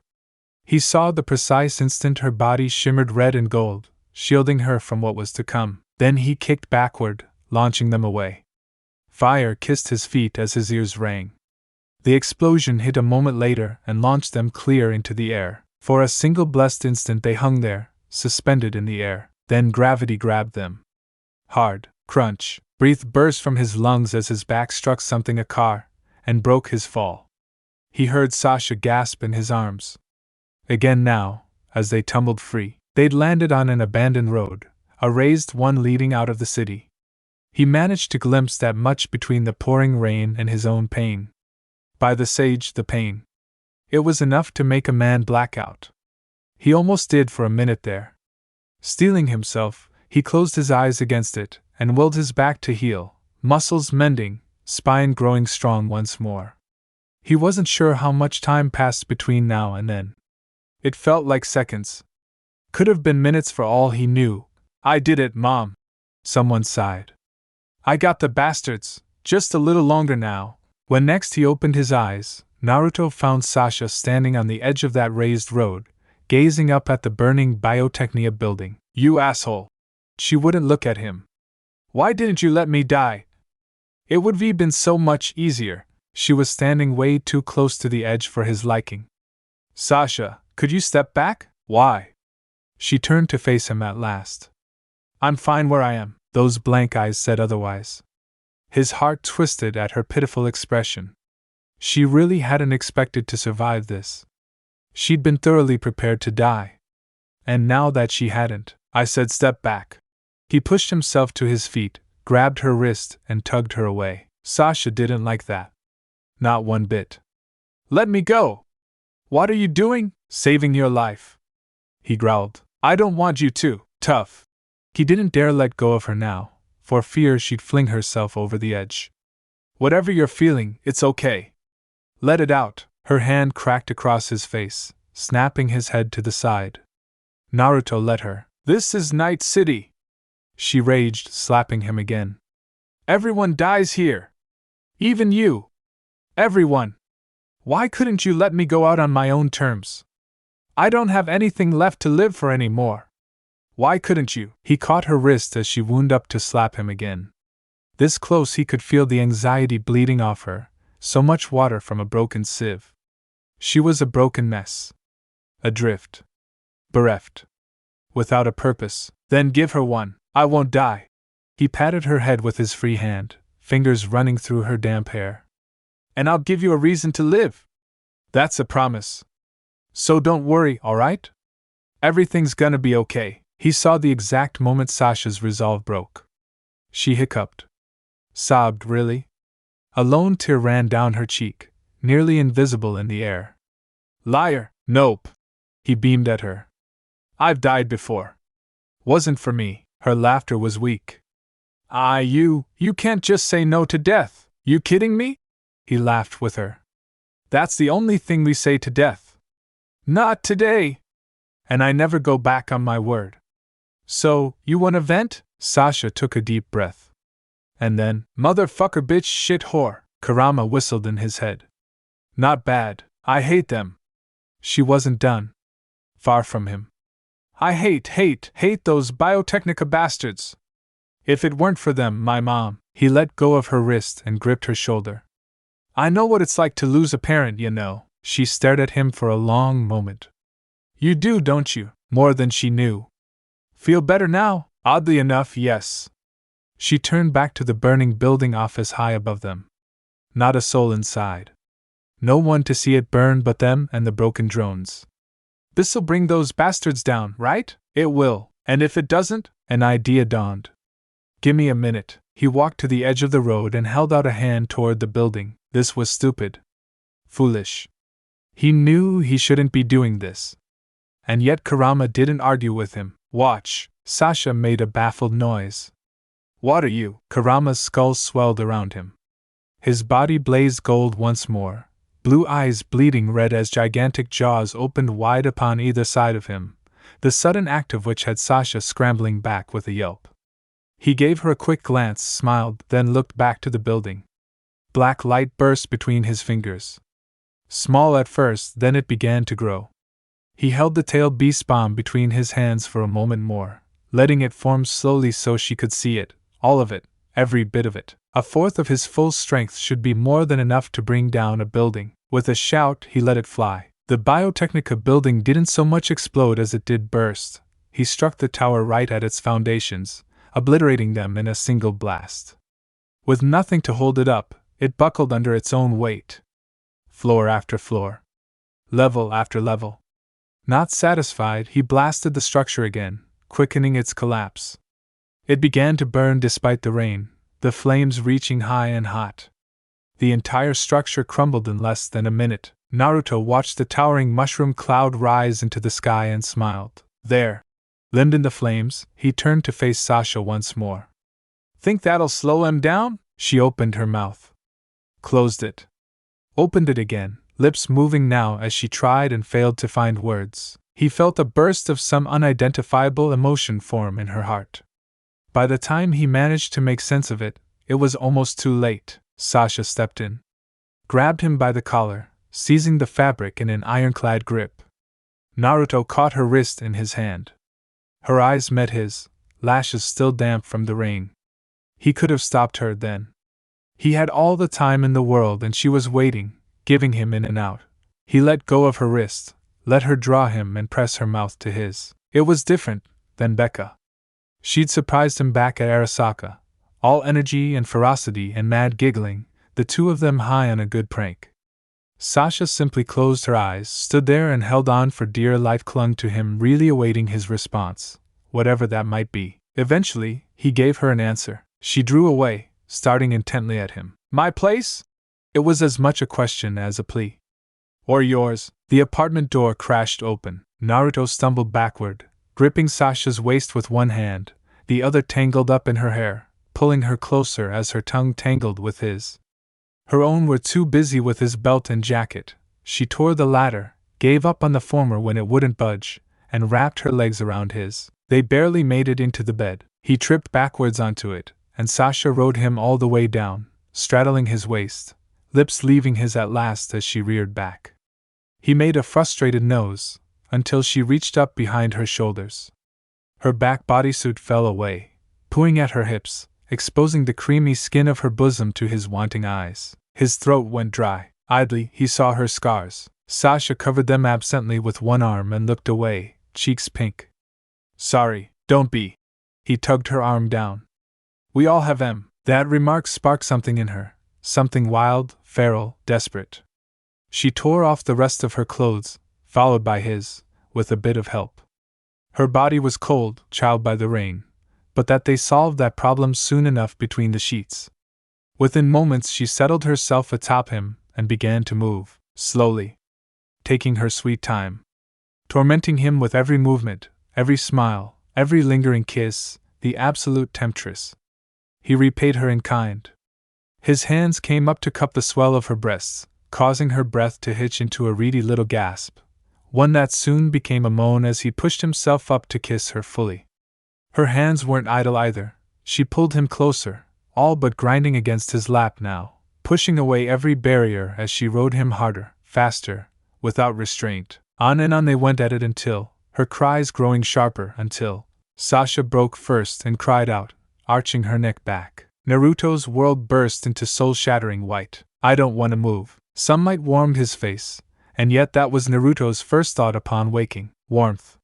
He was just so darn warm under all these blankets. Hot, even. It enfolded every bit of his body, enough to make him want to move, yet simultaneously so comfortable that he didn't want to. The sun was out, and he could guess it was early morning at least. A quick glance at the nearby clock confirmed his theory. 7 in the morning, eh? Didn't mean to get up this early. Shoulda slept in. Eventually he had to move by dint of getting a cram and rolled over. Mistakes were made, and they were most marvelous indeed. Someone's bare bosom was pressed into his chest, infinitely warm and soft, so very yielding. Bigger than he thought they'd be. Memory proved swift to return, and with it came sensation, a most pleasant soreness which began to pervade every inch his body. He flicked his eyes away from those gorgeous valleys and found a familiar face waiting for him, serene in slumber.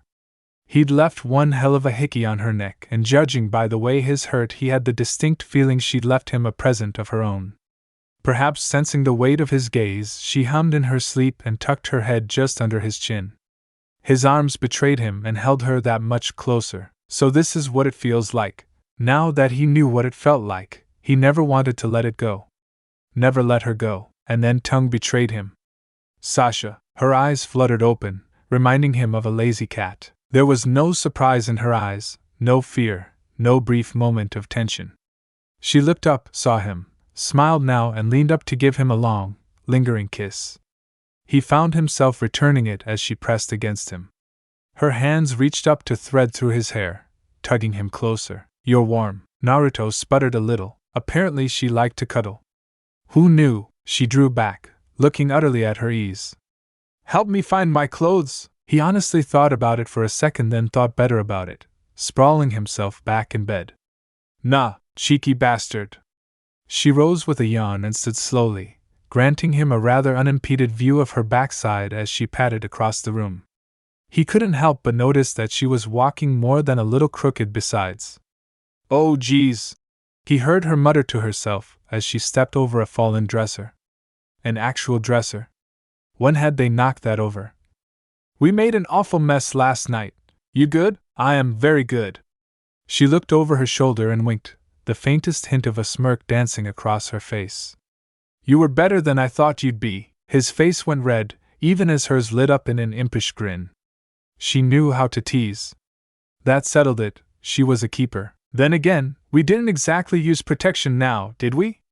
She turned to face him, underwear in hand. He made a strangled noise. "I don't think we did." "Ah, well." She shrugged a bare shoulder. The lazy motion did quite interesting things to her bosom, more so as she bent down to shimmy into her panties. "I'll let the chips fall where they may. You're being awfully blasé about this. What can I say? I'm in a very good mood." She stalked back to him quick as can be and crawled back into his lap, pinning him down as a cat might her prey. "If a bun in the oven is the price I have to pay for getting my revenge against those Biotechnica bastards, then that's a fair trade. Besides," she tossed her hair as she sprawled herself atop him, "I always said I'd be twice the mom that mine was, and I won't make the same mistakes and leave any child of mine alone." He knew that tone. It drew a sigh from him.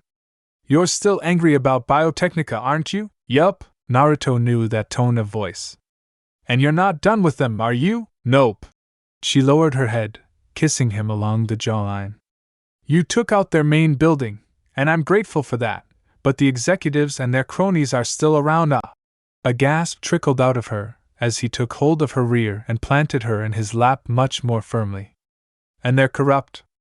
All of them are. They'll try something like this again in the future, mark my words. I'll be keeping an eye on them." "You said they were corrupt, that most people working for them were corrupt, right?" "I did." She leaned back as he began to massage her hips, tracing his hands across her skin in slow, smooth circles that had her biting lower lip to stave off a whine. "I know you're busy with Arasaka and all, but I'd really appreciate some help with these bastards." Guilty by association, were they? He'd be the judge of that. But she was right, this wasn't over, not by a long shot. A thought occurred to him. "So what now? We go steady or something?" "Or something." Sasha smiled and laid her head against his chest. "No need to be so old-fashioned. We had fun." Her fingers flitted downward, stroking his ribs. "I wouldn't mind having fun again." She blinked up at him through long lashes. "Simple as that. We can see where this goes." "Sounds good." That was a lot simpler than he'd thought it would be. Sasha must have seen his expression, because she gave him another kiss, a quick peck on the cheek. Night City gives and she takes.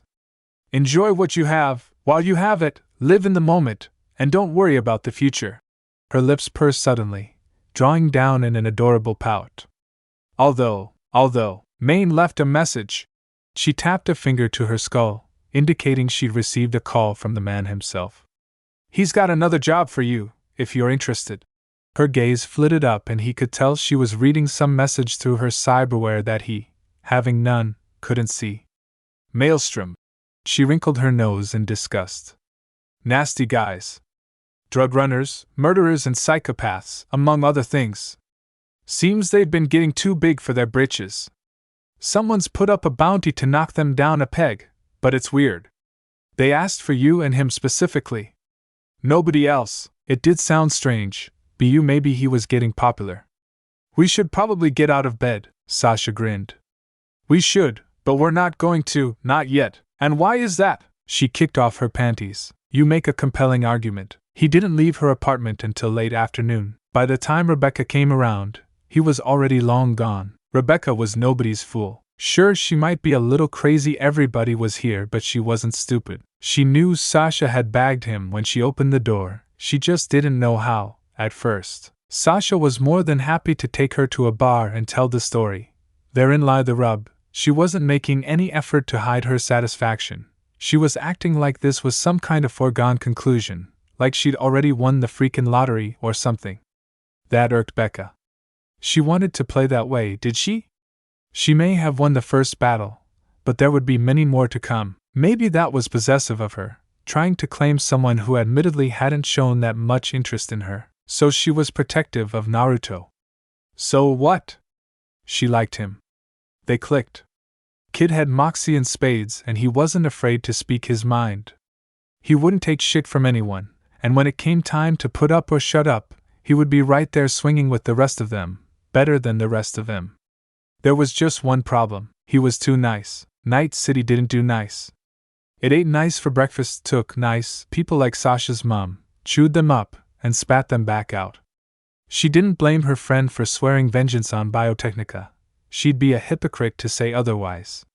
Hells, she'd go right on the warpath herself if anything happened to her bro.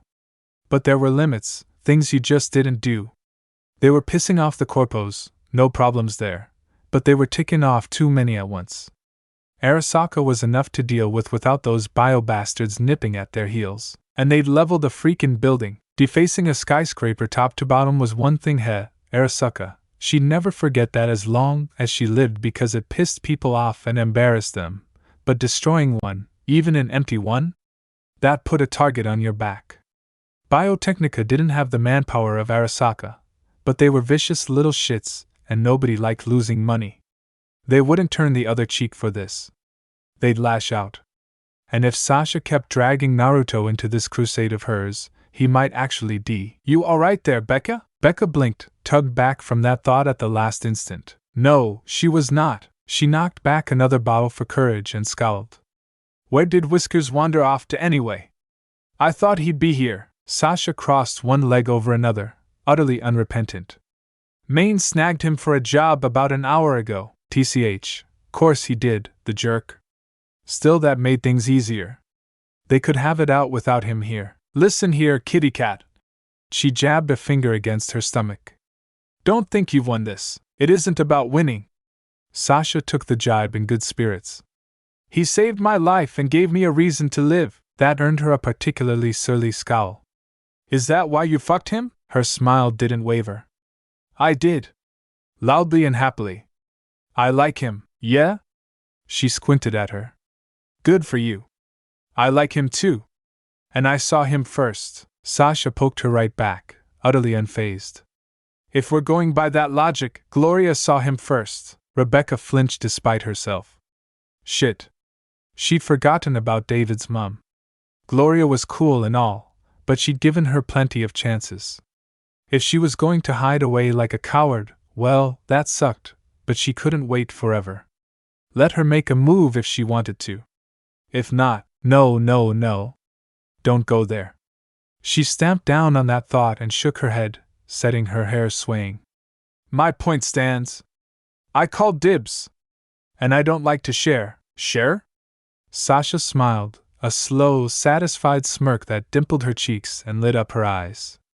You don't know, do you? Know about what? She tilted her head. About those shadow clones of his. The clones? Her brow furrowed, not quite comprehending. Those copy things? What about them? They're good for pranks and shit, and talking a hit. So, Sasha leaned in. They're useful for other things, too. Things we tried this morning, other things. Her eyes widened. Oh, that kinky bitch. Think about it. Sasha licked her lips. Becca took a deep breath. This means war. Sasha strutted away, hips swaying. Then war it is. His head hurt. Maine wasn't sure why, but it ached something fierce. This damned migraine had crept up on him for the last week now, slowly but surely, growing stronger every day, and now it was tugging and twisting at his temples, grinding his gears at the worst possible time. Like a jackhammer banging off behind his skull. He couldn't think straight, couldn't aim his gun, couldn't even function. He thought he was alright, that he wasn't going to have another attack. Not here, not now, not in the heat of a firefight. A bullet whistled past his head, snapping him out of his daze. Right. Maelstrom. He remembered. They'd tracked some of the bastards down, gone to crack some skulls. That had been the plan, at least. Turned out the bastards were ready for them, and they'd brought friends. And this damn headache had him cowering behind cover like a coward. He hated it. Maine? Naruto dropped down beside him, jacket smoldering from the last round he'd taken, but he remained in good spirits. You good? I'm fine, he muttered, cursing himself for the slight slur in his words. How are you holding up? There's a lot of them. The kid cracked his neck. Might take a few more minutes. A lot? Was that what he called 50 gangsters? Damned show-off. Go on. He waved him on. Kick their asses? I'll catch up. The kid didn't need to be told twice. He vaulted a makeshift barrier, burned gold, and then he was among them. Maine poked his head out and watched the carnage that followed. Fists flew, blood-spattered, bastards cried out.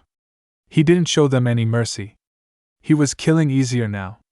Not good people, but the bad ones. Said he knew the difference. Should that worry him? Sure, he could tell which was which, or at least he claimed he could, but what happened if he ever decided they were bad people? Maine knew the answer. They'd die. Badly, but that day was far off, he hoped. Right now they had a more immediate concern, one hellbent on grinding their bones to dust. Maelstrom weren't nice guys to begin with. They were scum through and through. Most other gangs hated them even more than the Inquisitors, and those bastards ripped out cyberware from living people to save their so-called souls. Bunch of crazies. Night City took all kinds. Still, he couldn't let the kid take all the credit now, could he? He raised his arm, felt metal shift as his cannon came up. He fired round after round and after the kid. A pair of big bruisers went down with smoking holes in their chests. Another jumped the kid and lost his head for it. Literally, a backhand swipe blasted it clean off his shoulders. Even as it fell, he dropped flat, scissored a man's legs out from him under him, and smashed a raisin gun into another's groin. Ouch. Damn good work. Then the knives came out, and he became a golden dervish of death, whirling and slashing with abandon. Cheeky kid was stealing all his kills. Not close enough. He needed to get closer, couldn't make him do all the work. So he kept firing, again and again. Round after round. All of a sudden, his head didn't hurt so much right now. In fact, he felt good. Really good. He laughed and waded in, firing at the thugs with reckless abandon. Bodies hit the floor. Maine laughed louder. His headache seemed so distant now, little more than a bad memory. Just keep firing. That was all that mattered. No, nothing else mattered. Just kill 'em all. Rip and tear until it is done. Grenade! Maine heard the warning too late, saw it at his feet. His eyes widened. A curse formed on his lips, and then Naruto was there, diving on the damn thing without a second thought. Get down! A wave of heat blasted forward. Maine's arms went up and then he went back. Everything became blurry after that. He was distantly aware, his dim vision, of the shouts, the sirens in the distance, the pain in his shoulders.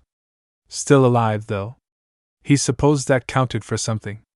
Crazy maelstrom bastards. What kind of psycho cooked a grenade for that long? No, never mind that. Where was the kid? He found him there, sprawled on his stomach in a pool in street. Something deep inside Maine cracked. He was moving almost before he realized what was happening. Dropping down to his knees, he gave him a shake. Come on, kid, don't do this to me. And then the blonde bastard rolled over onto his back, grinning from ear to ear like a Cheshire cat. Oh, kid? How are you alive? Sage mode. Golden eyes gleamed up at him, half lidded with pain. Hardened my skin at the last second. Still hurt like hell though. It looked like a hell of a lot more than that. His shirt had been blasted apart, and there was an ugly red patch across his chest. He could see bits of shrapnel stuck in there, bits that were even now tumbling out as the blonde tightened the muscles in his chest. Those wounds, at least, closed. The burnt skin began to mend as well, but slowly, far slower than it should have. Even he could see that. How bad is it? Naruto croaked out a cheeky laugh where he lay. Are my dashing good looks ruined? You're probably gonna have a scar, even with that healing factor of yours. Damn brat smirked at him. Ladies like scars, right? Sure they do. He blinked and found himself standing in a desert. Maine? Another blink and he was back in the city again. Weird. Maybe he needed some more sleep if he was seeing things. Sleep. Nothing else. That was all. Yeah, just some rest. There was still so much for him to do. He couldn't go and let a little thing like this trip him up. Nah. Hell no. He'd be fine. He had promised Gloria. He still had to look after the kid. Still had to get that ring and pop the question to Dorio. He was fine, just fine, fine. Maine! Naruto snapped his fingers at him. Huh. He was standing now. When had that happened? You alright? Fine. He wiped a bead of sweat from his brow and fought down an awful shudder of realization. No. He was alright. Just peachy. It's only a headache. That's good. Naruto raised a soot-covered hand. You mind telling me how many fingers I'm holding up then? Maine squinted at him. You flipping me off with both hands there? No. That seemed to make him sad, somehow. No, I am not. I'm gonna need you to lay down. Huh? A disbelieving peal of laughter tumbled out of him. That grenade rattle your brain or something? I'm fine. You are not fine, big guy. A finger jabbed at his gut. You are exactly the opposite of fine right now. You went completely spacey during that fight and almost got shot for it. That grenade would have blown you to bits if I hadn't jumped on. Sit down or I'll knock you out and call Dorio. Fat chance of that. He was fine. You're overreacting. I've never felt better. He clapped him on the shoulder and turned to leave. Come on, let's go collect our reward. The blonde boy immediately to block him, arms spread wide. He walked right into him and bounced off. A low growl rumbled in his throat, deep and menacing. Move, kid! No! Naruto glared up at him, resolute. There's something wrong with you. I'm not letting you take another job like this until Kiwi and Dorio take a look at you or hey. He leaned past him suddenly, eyes alight. Speak of the devil! You have perfect timing. Shit! Maine glanced to the door. No one was there. I'm sorry. He rounded on Naruto, but too slowly. Far, far too slowly. Clenched knuckles barreled into the side of his head. It was a good punch. He never stood a chance. His body spun to the floor, reeling. Darkness swam in. Gloria glared at her arm. Her arm remained silent and immobile. Of course it did. It was an arm. It didn't have a mind of its own, right? No, that was silly. She'd watched too many horror movies. She rolled over on her sofa with a pent-up sigh. Am I losing my mind? Sometimes it felt like she was. Even as she spoke, her fingers absently scratched her bare arm, scraping it raw. Damn thing still itched like a bitch. No, it had gone well past that. These days, it felt like she'd dunked the damn thing in lava. It tingled all the way up to her shoulder now, even when she slept. Reading couldn't distract her long enough. Sleeping on it was no help at all. Wrapping it bandages didn't help either. There was no wound. Every doctor she'd been to had told her something similar. It's all in your head, my dear. Here, take these pills. Here, drink this. Here, try this exercise. Useless sods, the lot of them. Naruto. This was all his fault. He'd done something to her. He must have. The next time she saw him, she was going to give him a piece of her mind and demand that he fix it. A knock on her door brought her up short. Hello? Someone called out to her, voice muffled by metal. Miss Gloria? Is there a Miss Gloria Martinez living here? Her blood ran colder than ice itself. Yes, there's a package here for you. Package? What package? She hadn't ordered anything. Was it something from David? It seemed like something he'd do. She'd not seen her dear boy in so long now. Maybe he was trying to raise her spirits with a cheesy gift or something?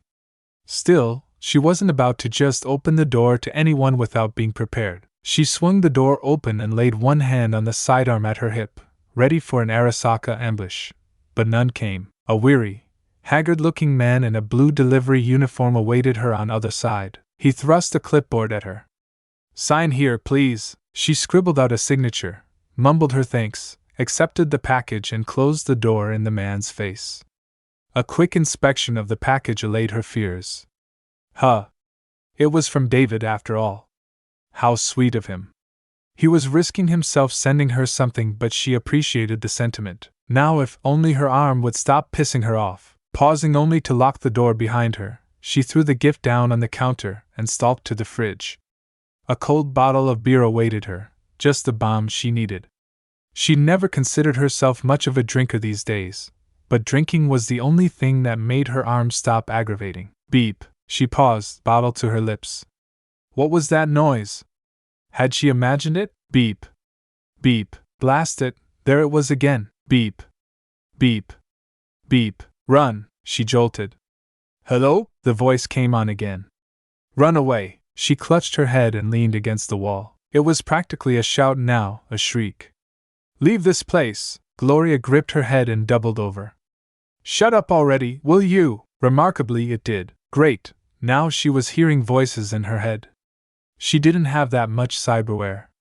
Surely this wasn't going cyber psycho. Her arm felt like it was on fire now, which only shortened her already exacerbated temper. Exasperated, she stalked back toward the package and tore it open with both hands. A neat little digital clock awaited her within. No, a timer counting down to 0. Her eyes widened. Oh, Gloria's world burst into flame. Chapter end.